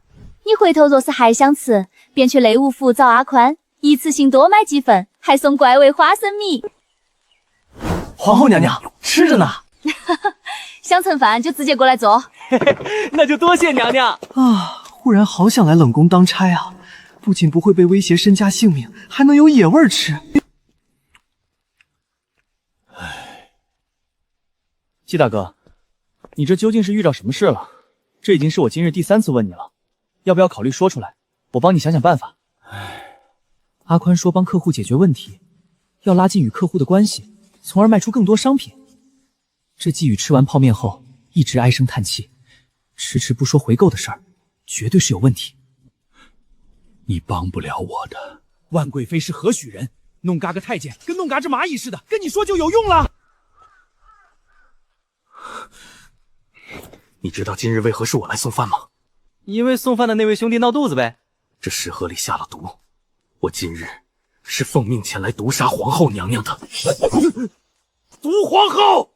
娘娘要是没了，我们会被调到别处，到时摸鱼摸不成，吃的也不好。动皇后行，动食堂绝对不行。啊！毒皇后，人呢？我是被迫的。说吧，咋回事？万贵妃身旁的宅雀吩咐我，让我用有毒的食响前来送饭，回头将娘娘毒尬之后，再一口咬定因此前当差曾在皇后跟前受过委屈，为此怀恨在心，然后用藏在袖里的匕首自枪谢罪。万贵妃，谁啊？阿宁，你忘了，咱就是因为只害万贵妃服从指示的缘故，才被贬冷宫思过的。哦，是他啊，好吧。我对这人没什么印象，能有什么印象？我在冷宫活得滋润，连宫中有个陛下这事儿都给忘得差不多了。更何况是区区一个万贵妃。话说投毒为什么要找他啊？讲道理就不能花点钱银找个专业点的吗？奴才若是不来，不仅奴才会嘎，连带着宫外的老母亲也会嘎呀。他或许觉得一个食不广富的冷宫废后根本用不着专业的吧。再说了，专业杀手向来是奉命行事，回头沈将军顺着杀手组织一查，万家能把自己拆干净？找季宇就不同了，他的老母亲在万贵妃手上，到时候只要他咬死自己与皇后有仇，即便沈将军想向万家发难，也找不到证据，不是？不容易呀，教了这么多天，这傻徒弟终于开始长脑子了。这样的放在小说里叫炮灰，在职场里叫背锅侠，惨就算了，大多还是连名字都没有的。话说之前我这么久都没事，如今这么按捺不住了，难道在这冷宫之外发生什么事儿了？旁人还好，元祖过过一来，定然会发觉我与元祖的个性截然不同，也不知道失魂阵这个借口能不能忽悠得过去。求娘娘开恩，看在奴才被逼无奈、坦白从宽的份上，给奴才指条活路吧。阿宁，龙哥还是放了？放了吧，瞅着也是怪可怜的。你爪子！娘娘，奴才就这么回朝露殿，家中老母亲的性命肯定不保，求娘娘想想办法，救救奴才吧。原本就因沈大将军回京痛的脑壳，现在更痛了。你奉命来毒我，虽然因为菜得口诀没成，可我也好心放了你不是？眼下居然还想让我想法子救你，早知道脸皮这么厚，刚才就不请你吃饭了。好吧，挪不动。求你了，娘娘！别把鼻涕从我衣服上啊喂！简直是要了命了！回禀贵妃娘娘，奴才昨个已经按照娘娘您的吩咐，亲自给皇后娘娘喂下了有毒的稀粥。这么说来，如今她已经死在冷宫里了，并未。什么意思？照理，皇后喝下那有毒的稀粥，理应吐血而亡才对。可奴才站在她跟前等了半晌，莫说吐血了，什么事儿都没有。奴才实在费解，昨儿回来便想向娘娘您禀报此事，奈何陛下歇在您宫中，只得将此事压到了今晨才报。你确定他吃下了你送的稀粥？娘娘手中握着奴才一家大小性命，奴才对娘娘的忠心天地可见，又怎敢欺瞒娘娘？行了，下去吧，下去吧。这药是你亲自放的？回娘娘话，奴婢真的有将那毒药掺在稀粥里。会不会刚才那奴才没说实话？回娘娘，他宫外的母亲还捏在万家手中，欺瞒娘娘这种事，谅他也没这个胆子。退一万步讲，他若当真出卖娘娘，向皇后那边投诚，此刻娘娘下令毒皇后之事，早该捅到陛下根上去。奴婢怀疑，或许这药本身就有问题。你的意思是太医院那边出了纰漏？若非如此，很难解释皇后在她跟前吃了有毒的食物，却依旧毫发未损。回头寻个由头，把那卖假药的姜太医的脑袋摘了吧。是。原来如此，设计为 X， 图为 Y， 一天了。阿宁，你说他回去之后会被万贵妃发觉他在撒谎吗？不会，从他的角度来看，季宇若出卖他，定然投诚于我。按照宫斗剧的思路，此刻他毒我这事定会捅到皇帝根上去了，人证物证都在，我也能因此重回中宫。再加上我交给季宇的那套说辞，虽说没有明着对准提供毒药来人，但该给的暗示一个不少。我估摸着他转头应该会被给药的那位老铁弄嘎。母后，为什么不按宫斗剧常规思路呢？最初我还以为母后之所以会待在冷宫，是由于形势所逼，迫于无奈。但经过这些时日看来，我发觉根本不是。因为我懒。不错，回头让裴行川拿去宫外加工哈。早早，你母后是觉得大好青春理当用来搞钱茶饭，若是为了男人在宫里斗来斗去，属实是浪费脑细胞了。瑶瑶姐，脑细胞是什么？问你娘去。母后，脑细胞是什么？一种吃食，跟你早家餐吃过的面包差不多。母后若是回中宫的话，会比较浪费食物。走大！喂，打人不打脸，这话你没听过吗？谁让你偷袭？哼，师徒切磋，怎么叫偷袭？这是什么玩意儿？9宫格，这图纸你带走，回头帮我去宫外打造一下。又想让小爷帮你跑腿，背着铁锅很影响我来去如风、潇洒自在的高手形象，好不好？4成之后，请你吃火锅儿。得嘞。话说，你这次怎么天都没黑就过来了？哎，别提了。小爷我今日休假，寻思在御坊楼听拳吃酒，结果遇着那憨批许成在调戏姑娘。小爷向来是个热心肠，路见不平，自然应该拔刀相助。于是你就找他干了一架，而且打输了。开玩笑，小爷我武功第2，要不是他带的人多，我怎么可能会输？再有就是，我当时手里没带兵器。我刀呢？借了你这么久，该还我了吧？自己弱鸡，赖兵器什么事儿？啊你！把刀给他，回头我弄把更好的。破刀，还你！哼，你能送他一把更好的？知道当初为了这把刀花了多少钱银吗？多少？一把破刀能有多贵？银1000刀。一把破刀居然卖这么贵？我说怎么劈柴劈得如此顺手？这可是京城铁匠张的手艺，刀身由千年寒铁所制，经过9981天炎火锻造，刀刃锋利，吹毛断发，能不贵吗？娘娘，您在吗？我太难了，娘娘您有所不知，自从这方便面流入宫中，我每天在内务府简直忙得脚不沾地。今日总算得空闲，便赶来这院里给您送钱银了。喏，一共是银3000刀，娘娘您收好。作为一个冷宫气候，分分钟月入3000刀银，这合理吗？这是这半个月的账本，还请娘娘过目。等会儿，合着3000刀银还只是半个月的。早早，过来帮我算算账。娘娘，这银票您不收着吗？阿宽小哥，你认识京城的铁匠张吗？城西打铁的老张，自然是认识。我想给瑶瑶打把刀，你拿着这些银票去找那位铁匠老张，一定要是最好的那种。娘娘放心，他与我有些交情，包在我身上了。一把刀50，娘娘是觉得50刀银太贵了，回头我找他杀价。50刀银居然还能杀价？你确定这刀是最好的吗？那必须的呀，老张的手艺全京城数1数2的好。不过这货喜欢看人下菜碟，他铺里的刀卖的是比旁处贵些。若是瞧着不缺钱的，竹杠更是往死里砍。同样的刀，卖上1000刀银也是常事。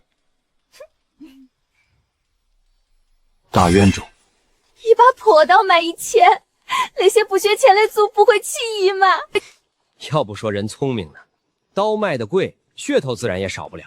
什么千年寒铁啦，经过9981天炎火锻造啦，刀身锋利，吹毛断发啦，花里胡哨的说辞一套一套的，一忽悠一个准儿。那刀上的寒气，总归是做不了假吧？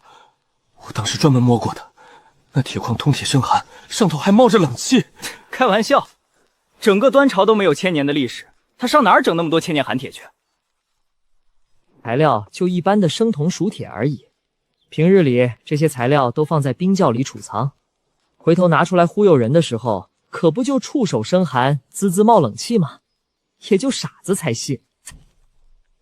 那9980天炎火锻造呢？当初我足足等了2个多月才拿到的，说明当时他手里的活多，想托公情。反正肯花1000刀银锻一把刀的蠢货，多数也是不缺时间的。那吹毛断发总归骗不了人了吧？50刀银一把的一样有这效果。这货虽然喜欢骗人，他锻刀技术的确是一流的。凡经他手锻的刀，每一把，都吹毛断发。不好意思，我没认住，你们继续。他这么干，就不怕摊子被人掀了吗？怎么会？这皇城脚下贵人多，他手头的东西再好，要是卖的不贵，那些个有钱人未必肯相信他的手艺。有句话怎么说来着？良心老张，不坑穷人。母后，账本看完了，3000两刀银没错。所以裴叔叔，你就是阿宽哥哥口中那种人傻钱多的主吗？怎么可能？裴大统领这么聪明的，怎么可能花1000两刀银去买一把刀呢？那个时候不早了，我还得回内务府卖方便面。娘娘放心，刀的事交给我，回头我一准给您砍个好价钱。别笑了，敢把我当猴耍，回头我就去掀了他的摊儿。千万别，人家的刀确实好，你若真去了，回头再想买把好刀，可就找不着去处了。就是，师傅你放心，你被坑了1000两刀银这事儿，我们保证不往外说。哼，真想着面铜镜给你看看，你这张脸都快笑烂了。哼，说起来，沈月也快回京了，回头小爷就去问问他的刀花多少钱买的。原主大过果然要回京了呀！除却担心掉马甲以外，更让人脑壳胖的。自沈月回京之后，这宫中格局的变化，我如今苟在冷宫，小日子过得很是舒服。若沈月回京之后，以剿匪立功为由，让皇帝下旨让我重回中宫，不仅会打扰我如今滋润的冷宫生活，还会让沈月因为我残害皇室的缘故，欠下了狗皇帝人情，受渣男拿捏侧捕。裴大统领，若我哥回京，你能不能让他在面圣之前先来我这一趟？小爷我堂堂大统领，怎么可能去做你和沈月的心事？不去，除非一顿9宫格火锅，变态辣的那种。先前答应帮你找铁铺打造铜锅，你好像就说过要请我吃火锅。同一顿饭能帮2次忙吗？先前答应请你吃一顿普通的火锅，帮忙送信后，我请你吃一顿豪华版火锅。这两者有什么区别吗？区别可大了，10个菜一顿和20个菜一顿，能一样吗？聊什么呢？院里今天怎么这么热闹？再聊我是大元总，只花1000刀一份。火锅，我们再聊一顿火锅加几个菜这事儿。这狗徒弟明明说绝不往外说，结果下一刻逮着常三就拿我开涮。哼，明天给他的练习量再翻1倍。行了，小爷这就去帮你把制造铜锅这事儿给办了。再见。火锅？娘娘这是又研究出什么新鲜花样了吗？其实这院墙外也应该放一堆柴堆才是，从外头往这里头翻墙的时候，才好有个垫脚的。那样的话，我在北丘冷宫试过，是不是嚣张了些？娘娘，这就是新产品螺蛳粉吗？嗯，这东西用淘米水泡几天就可以开坛使用。切记，陶罐要用开水烫过。配方交到我手上，还请娘娘放1万个心。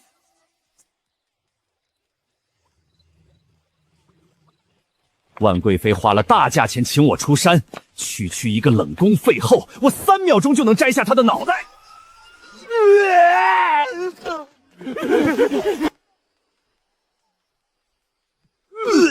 娘娘这是在弄什么东西？瞅这手笔，不太像是娘娘院里的，倒有点像是常小哥那边出来的。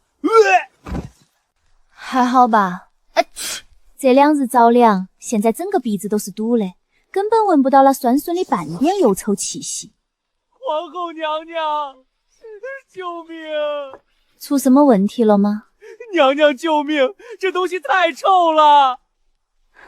走，我陪你看看去。瑶瑶，要和我一起过去吗？我不要。走吧。说起来，我虽然是这美食加工厂背后的大股东，但参观厂子倒是头一场。不过是酸笋而已，虽说味道是大了一点，但是真的有如此夸张的效果吗？娘娘到了。皇后娘娘，万福金安，娘娘千岁。不必在意这些虚礼，你们该干嘛干嘛去。好的，娘娘。这气味都辣眼睛了，皇后娘娘居然面不改色。嫂，这酸笋翻车了呀！娘娘，何谓翻车？就是坏了，不能用的意思。倒掉重来吧。倒掉？这些东西光是装在坛子里就已经臭味熏的整个冷宫都是，若是将它们全部开坛倒掉，怕是整个皇宫都要被这股味道笼罩，直接原地灭国啊！娘娘，这东西往哪儿倒啊？直接倒茅厕的话，估摸着这冷宫的侍卫们大半个月都没办法上厕所了。冷宫空置的宅院这么多，你巡一宽敞无人处，安排人挖个大一点的坑，把这些东西倒进去埋了吧。哦，对了，顺便再在上头撒点菜种，正好可以用来做肥料。好的，娘娘。还好我聪明，找了娘娘来。若是等这坛里的东西再过2日，只怕这味道更上头。来人啊！长公公，什么事儿？多找几个人，寻一个空旷点的院落，把土坑挖深一点，将坛子里的东西倒进土坑里，再用土掩上。对了，你去找内务部的宽公公，让他拿些菜种过来，回头把菜种撒土坑上头。要不怎么认识皇后娘娘呢？看看，这面对如此恐怖的恶臭气息，面色不改闲庭信步的气度，优雅，太优雅了。你在院里还有笋吗？有的。走，再做一坛给我看看。这坛酸笋之所以会翻车，肯定是哪个步骤有问题。还做啊？放心，这东西不翻车的话，没那么臭的。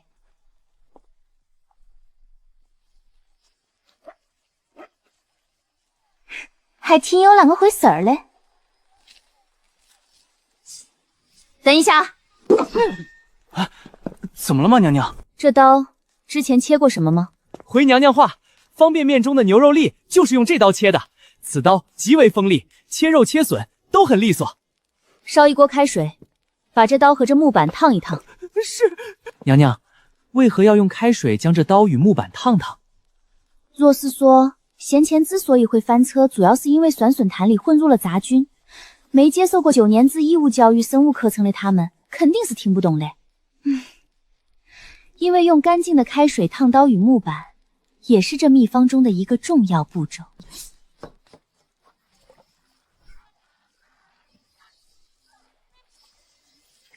7天之后再开坛，若没有翻车，今后这酸笋便按照今日的步骤来做。若是翻车了，不，上一世拍摄螺丝视频时翻车无数。对于制作酸笋这种事，老娘还是很有自信的。多谢娘娘提点，这东西还真挺难的。安啦，成功一次之后，后面就好做了。以前做错事经常被师傅戳脑门，皇后娘娘竟然如此温柔。我暗自下定决心，一定要将酸笋制作出来，把螺蛳粉销入宫中，才不枉费娘娘对我的鼓励与期待。天知道，我之所以态度如此良好，是因这2天感冒，鼻子闻不到味儿了而已。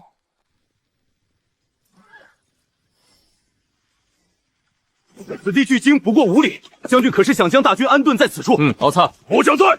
你在此处带军安营扎寨。徐烈，你率30精锐随我入京。是。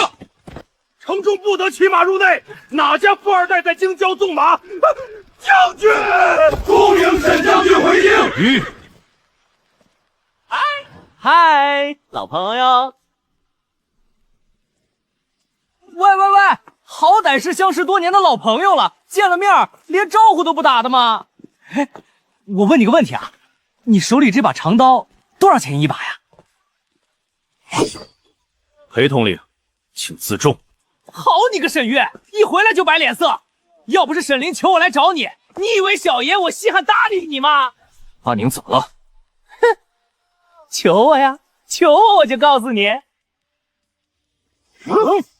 靠，以多欺少，你是不是玩不起？沈林到底怎么了？告诉你也不是不行，不过你先让他们把刀撤了，事后还得告诉小爷你手上这把刀到底花多少钱一买的。沈宁因为吃害皇嗣被陛下贬入冷宫了，他拜托我在你入宫面圣之前，一定要带你去冷宫见他一面。去冷宫见他？外臣如何入宫？自然是随我这个禁卫大统领一同前去啊。择日不如撞日，不如今夜就去吧。你现在总该同我说说，手上这把刀在哪儿买的，花了多少银了吧？城西铁匠张的手艺。很好，同一家店买的，这货多半跟我一样也被坑了。花了多少银啊？他说此刀若能随我入边关御敌，行保家卫国之事，是这把刀的荣耀，也是对他手艺最大的肯定，所以没收我钱银。他没收钱，居然白送！小爷花了1000刀银买的刀，他送给沈月，大冤种是我！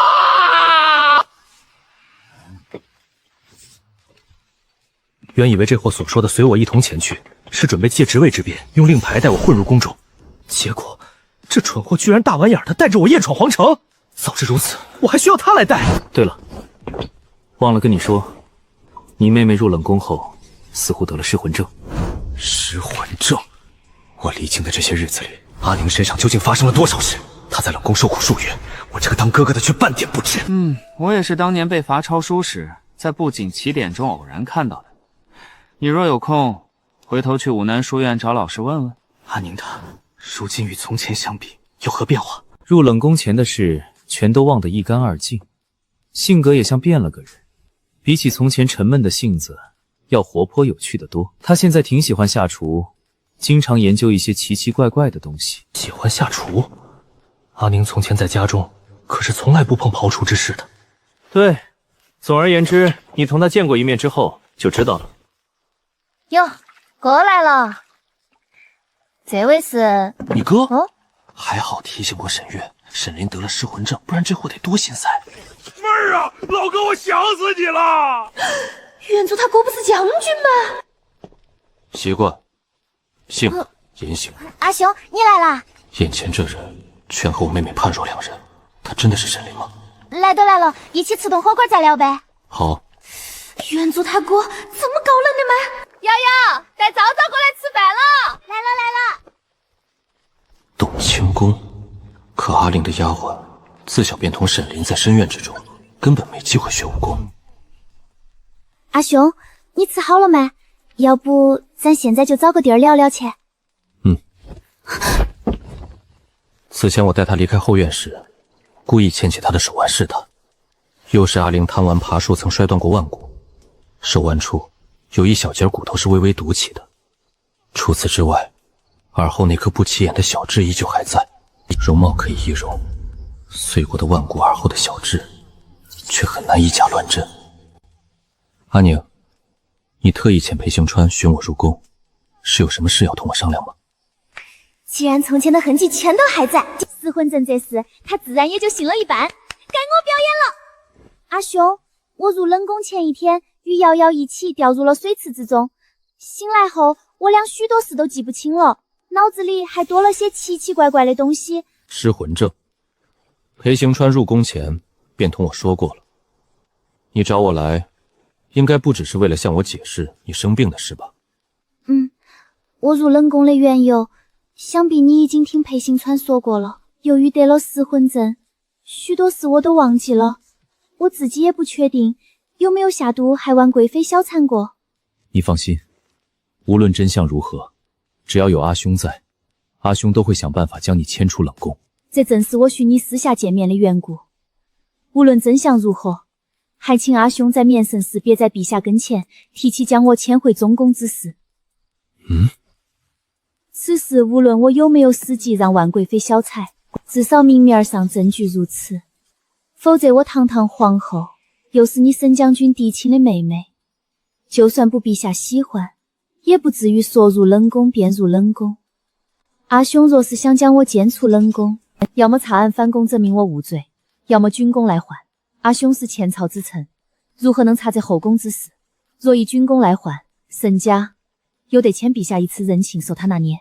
这些年我驻守关外，对阿年的记忆还停留在他未出阁时。那时候的他永远天真浪漫，笑容似阳光明媚。这深宫究竟是一个怎样吃人的地方，才会让从前那样一个天真浪漫的人，在记忆全无的情况下，还能拥有如今这洞察全局的心智？沈家之事你不必担忧，先帝在世时天下群雄割据，而今刘晏称帝，外有强国为邻，内有匪患为寇，正是用人之急。我的面子刘晏不会不给。这只是原因之一。阿兄，比起中宫，我发现我更喜欢生活在冷宫。我虽忘了从前许多事，但我既能得此病，想必从前在中宫生活的日子并不快乐。自从入了冷宫后，我事事亲力亲为，没事研究研究美食，和瑶瑶昭昭一起在院里聊天，晚上请裴大统领吃吃宵夜，日子过得很是宁静舒坦，而且还能躺在院里就直接把钱给赚了。若是回了中宫，势必又要同这后宫中的女人争来斗去，心累得很。所以阿兄在面圣之后什么也别做，让我一直待在这冷宫里。那陛下呢？你一直待在这冷宫中，便意味着今后再也没有见到他了。你从前不是最喜欢那货了吗？发誓此生非她不嫁，如今竟忘了。区区陛下而已，忘都忘了，不见也罢。什么？你连他也忘了？我连阿兄都记不得了，为什么还要记得陛下？其实不是忘了，是换人了，但是问题不大。此刻，我只想用失婚证这个借口，傲住人设，苟住马甲。这家伙既不肯善待于你，将他忘了也算一桩好事。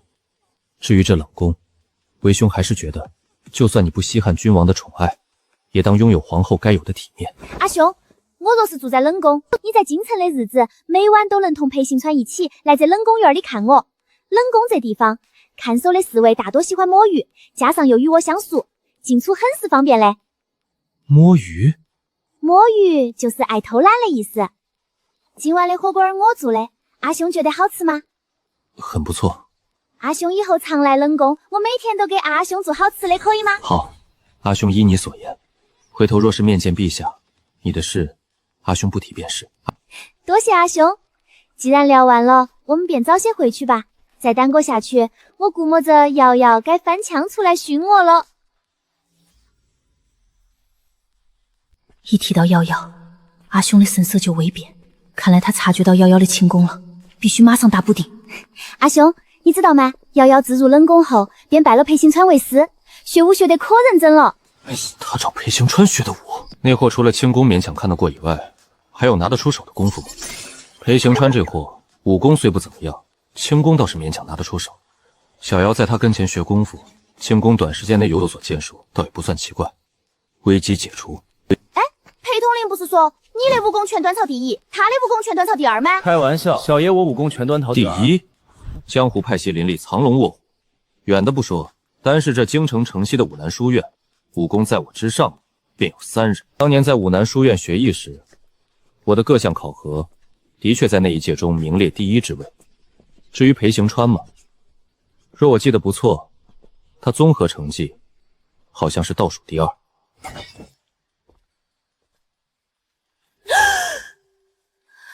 我如今终于明白，当初那家伙把第2名说得比第1名还要骄傲的样子，原来这端朝第2之名是在倒着吹牛皮呀，极其离谱。我日前找内务部的阿宽小哥帮忙在宫外铁匠张的铺子里为瑶瑶打造了一把长刀。既然裴行春的武功不靠谱，阿兄若是得空，可否指点瑶瑶一二？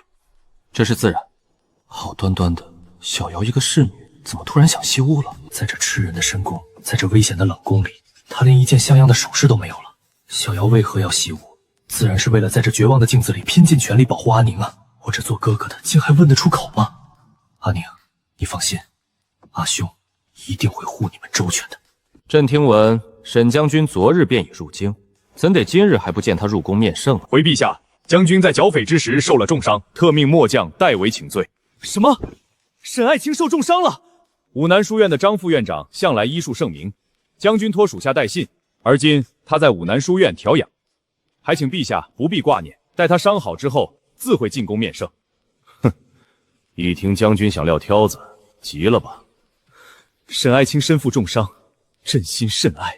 沈月这厮如今越发不懂规矩，明明只需借此次立功，当众求朕，朕便会痛痛快快将沈宁从冷宫遣出。来人，摆驾出宫，朕要亲自前往武南书院探望沈将军的伤势。哼，装病想躲，朕倒要看看，若朕亲自出宫，你能躲到何时？你是说皇后如今患了失魂症？老师可有什么法子医治？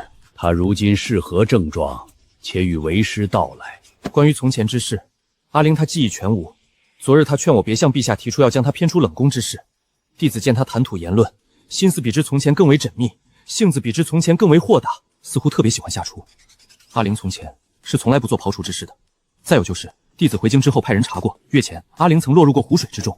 或许皇后已经死了。查验过，她的腕骨有伤，耳后有痣，的确就是沈凌啊。阿月，我且问你，若她以纱遮面，再与你同处，你仍能认出她是你妹妹吗？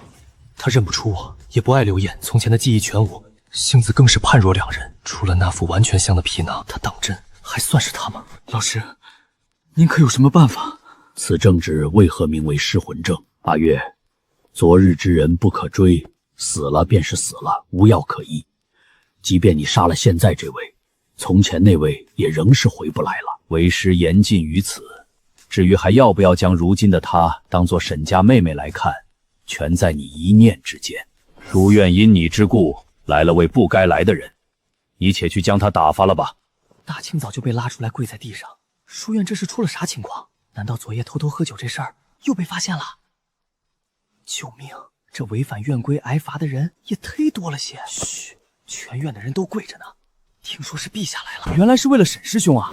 哎，今早我还见着沈师兄健步如走上玲珑塔来着，重伤，多半诓他的吧？他逃，他追，他插翅难飞。楼上那位搞搞清楚，当今圣上是沈将军的妹夫，有毒吧你？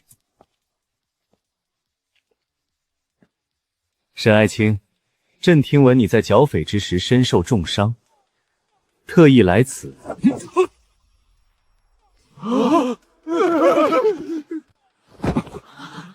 我现在没心情配合你在众人面前演什么君臣情深的戏码。武南书院不是皇室之人该来的地方，滚！众目睽睽之下做皇帝，师兄不愧是端朝第一名将，真是太勇了。我决定了，从今儿起，沈师兄便是我的偶像。我要将师兄的画像挂在寝室里，大考之前烧香3炷，保准骑射考试时战神附体，神勇无双。沈月，你竟敢以下犯上，如此胆大妄为！是那2个字，你若敢说，我便敢做，还请陛下慎言。是谁得罪沈将军了，竟生了这样大的火气？说出来，朕为你做主。听不懂人话吗？我说武南书院不是皇室之人该来的地方，还不快滚！是想再吃我一拳吗？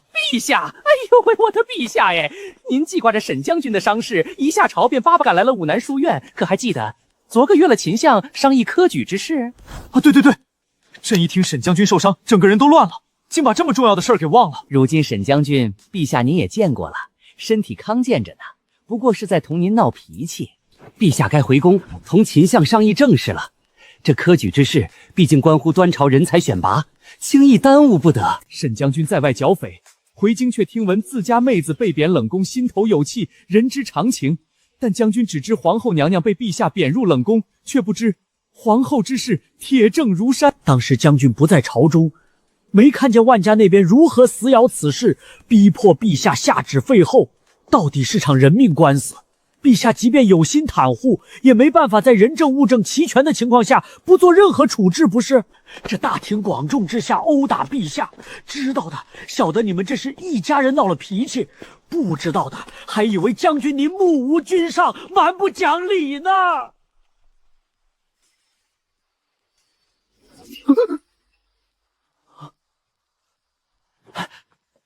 师傅，陛下这是怎么了？被沈将军当众揍了一拳，正在气头上。你这2天当差，提起精神谨慎些，免得被迁怒。陛下，您还好吗？陛下，沈血那厮今日如此不肯给我面子，心中可是起了造反之意。陛下多虑了，老奴倒是觉得将军今日此举，恰恰证明了他对陛下绝无二心。他都已经抡起拳头揍我了，还无二心？沈家人丁单薄，将军最稀罕宝贝的便属皇后娘娘了。而今娘娘被贬冷宫，将军心头不痛快也是人之常理。他这又是称病不来上朝，又是抡起拳头揍了陛下的，这恰恰说明将军行事光明磊落，是个直肠子，半点城府都不曾对陛下使过。老奴倒觉着沈将军若还能像从前那般，佯装出一副与陛下君臣和睦的样子，陛下才真该小心谨慎，好好防备才是。可他回京之后，明明应该求朕将沈林从冷宫连出，再与万家针锋相对。陛下又没有给将军修书，告诉将军回京之后该如何行事，将军一时不察圣意，也在情理之中。杜以果身簪插未施，事事亲力亲为，也能叫洒脱滋润。做我沈月的妹妹，原该金枝玉叶，万事无忧。偏偏她因着失魂症的缘故，性情大变，还因着忘却刘烨的缘故，不愿从冷宫出来。你该不会以为你家妹子日子过得紧紧巴巴，凄苦贫穷吧？这就肤浅了，不是？凡事不能单看表面。你知道你家妹子现在1个月能赚多少钱银吗？赚钱银？冷宫气候，拿什么赚钱银？来，让小爷我给你絮叨絮叨你家妹子入住冷宫以来的丰功伟业。她初入冷宫那会儿，每日就1碗稀饭2个硬馒头，和小姚姑娘分着吃。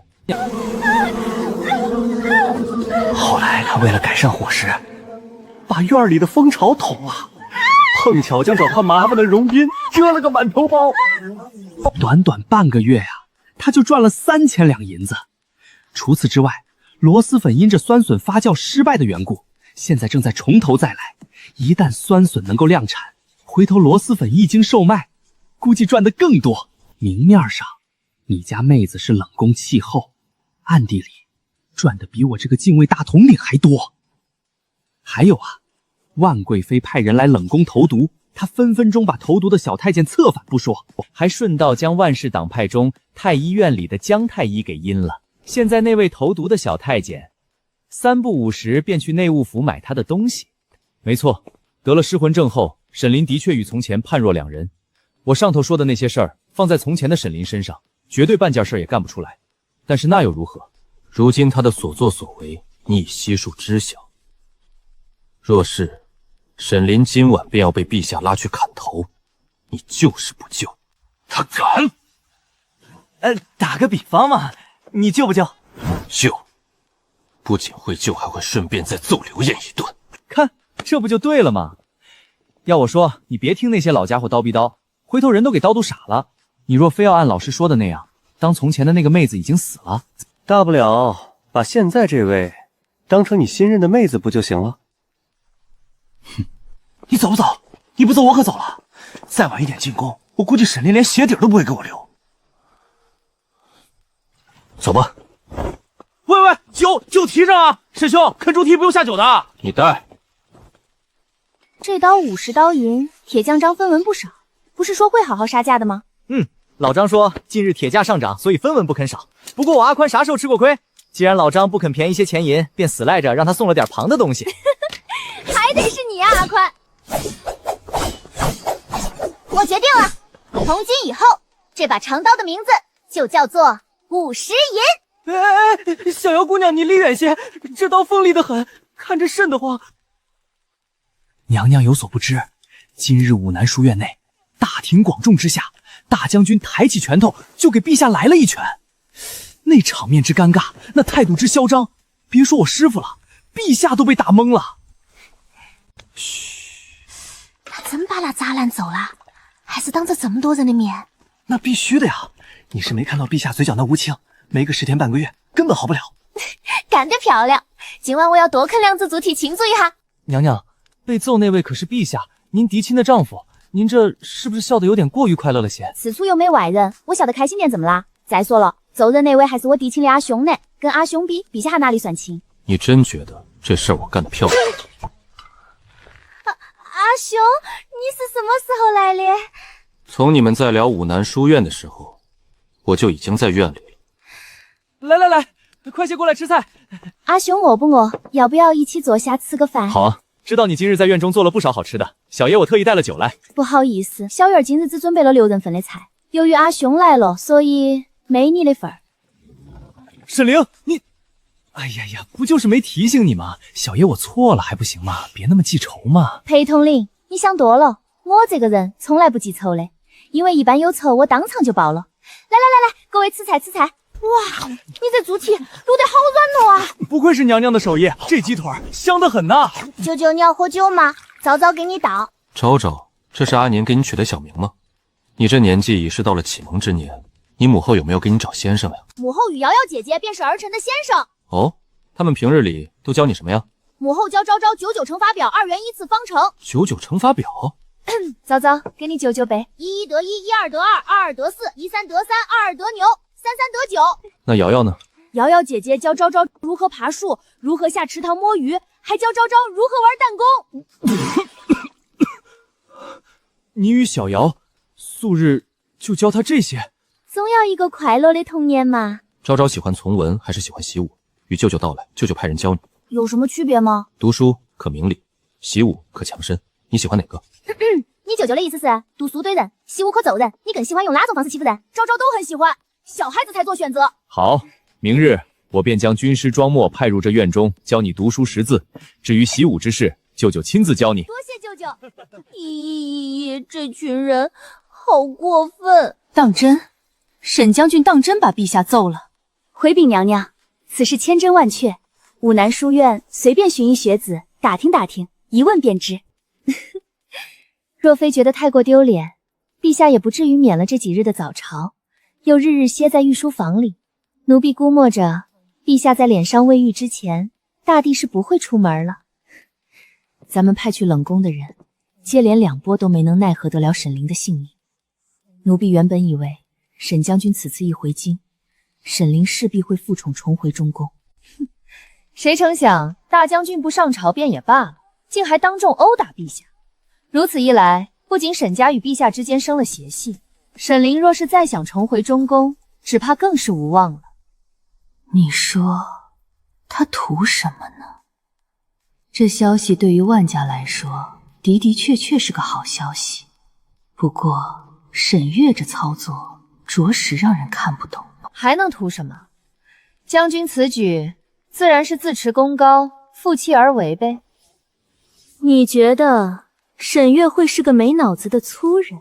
沈月可是武南书院的得意学生，他之所以屡建奇功，绝不仅仅在于自身武功高强，更在于他广读天下奇书，极善奇门遁甲、行军布阵。这样一个文武双全的少年将军，当真会因为负气的缘故当众殴打陛下？还是说他此举看似鲁莽，实则另有深意？你去通知我爹，让万家最近消停些，下一批派往沈凌冷宫的刺客暂时便先停了，暂时静观其变，一切谋定而后动。是。师傅，您睡下了吗？进来吧，有带什么好东西来了？嘿嘿，卤猪蹄，皇后娘娘的手艺，师傅您快尝尝。你倒是有孝心，皇后娘娘赏你的，转头就巴巴送到我跟前。师傅教导的好。师傅，大将军沈月是个怎样的人？能否同弟子说道说道？好端端的，你打听他做什么？徒儿现在背地里在为皇后娘娘做事，免不得要同那大将军打些交道。徒儿寻思，若是能将沈将军的脾气秉性向师傅您打听清楚，日后遇着也知该如何行事。大将军啊，是个顶厉害的人。若非皇后心悦陛下，如今这龙椅上头坐着的，未必会是如今的陛下。将军秉性如何？喜欢报复人吗？特别喜欢，不然你以为为何他会在大庭广众之下拳打陛下？将军一怒，莫说你了，便是陛下也只有挨打的份儿。师傅会不会说的太夸张了？那沈将军当真如此厉害，又是个睚眦必算之人，陛下这般气他为何不干脆起兵谋反，自己做皇帝算了？你以为他没这个实力吗？蠢材，自然嫌麻烦啊！将军若是不高兴了，谎称剿匪受伤，1年半载不上朝，照样月能领俸禄。陛下还要为这体恤之名，多往他的将军府送好东西。他兵权在手，战功显赫，世家贵族，谁敢站出来说他半句不是？陛下若是1年半载不上朝，那叫什么？叫昏君。这话的好有道理的样子。你也是陛下跟前的人，你得罪了陛下，他可能没空搭理你。你若是不小心得罪沈将军了，那可就不好说了。莫不是已经得罪了？师傅，我会不会死啊？倒也没有这么严重。你有所不知道，将军最稀罕他的那位宝贝妹妹，便是冲着沈凌的面子，也不会为难于你。真的吗？不行，我庄墨，堂堂大家，怎可为了教个小屁孩，做半夜爬墙这种蝇营狗构之事？又不是让你每日都爬，我让徐烈施着轻功带你飞进去，之后便在冷宫的偏院里住下，同昭昭住一个屋。不行，我庄墨，堂堂大家，怎可为了教个小屁孩启蒙识字，住在冷宫这种陋室，还是住在陋室中的偏院？将军可知，有道是君子。你刚才说什么？我是说，君子之行，静以修身，俭以养德。我庄墨，作为一个大家，爬个墙，住个偏院，跟您大侄儿的前程相比，这点小牺牲，算得了什么呢？收拾一下，今晚送你入冷宫。这么草率，晚上就去？人上刑场还提前3天通知呢。我不是不去，主要觉得这也忒仓促了些。身为夫子，我总得精挑细选几本合适的启蒙书籍吧。再有就是日常起居，也得提前收拾个10几20箱的样子吧。没个10天半个月，根本准备不齐全。再说这拜师礼也是颇为讲究的，敬茶的茶叶要用雨前龙壶，瓷器要用天青窑，上头的釉面须得有冰裂细纹，还须得是玉水化化冰的那种。徐烈，你过来一下。末将在。算他识相。把这家伙绑了，扛着丢冷宫去。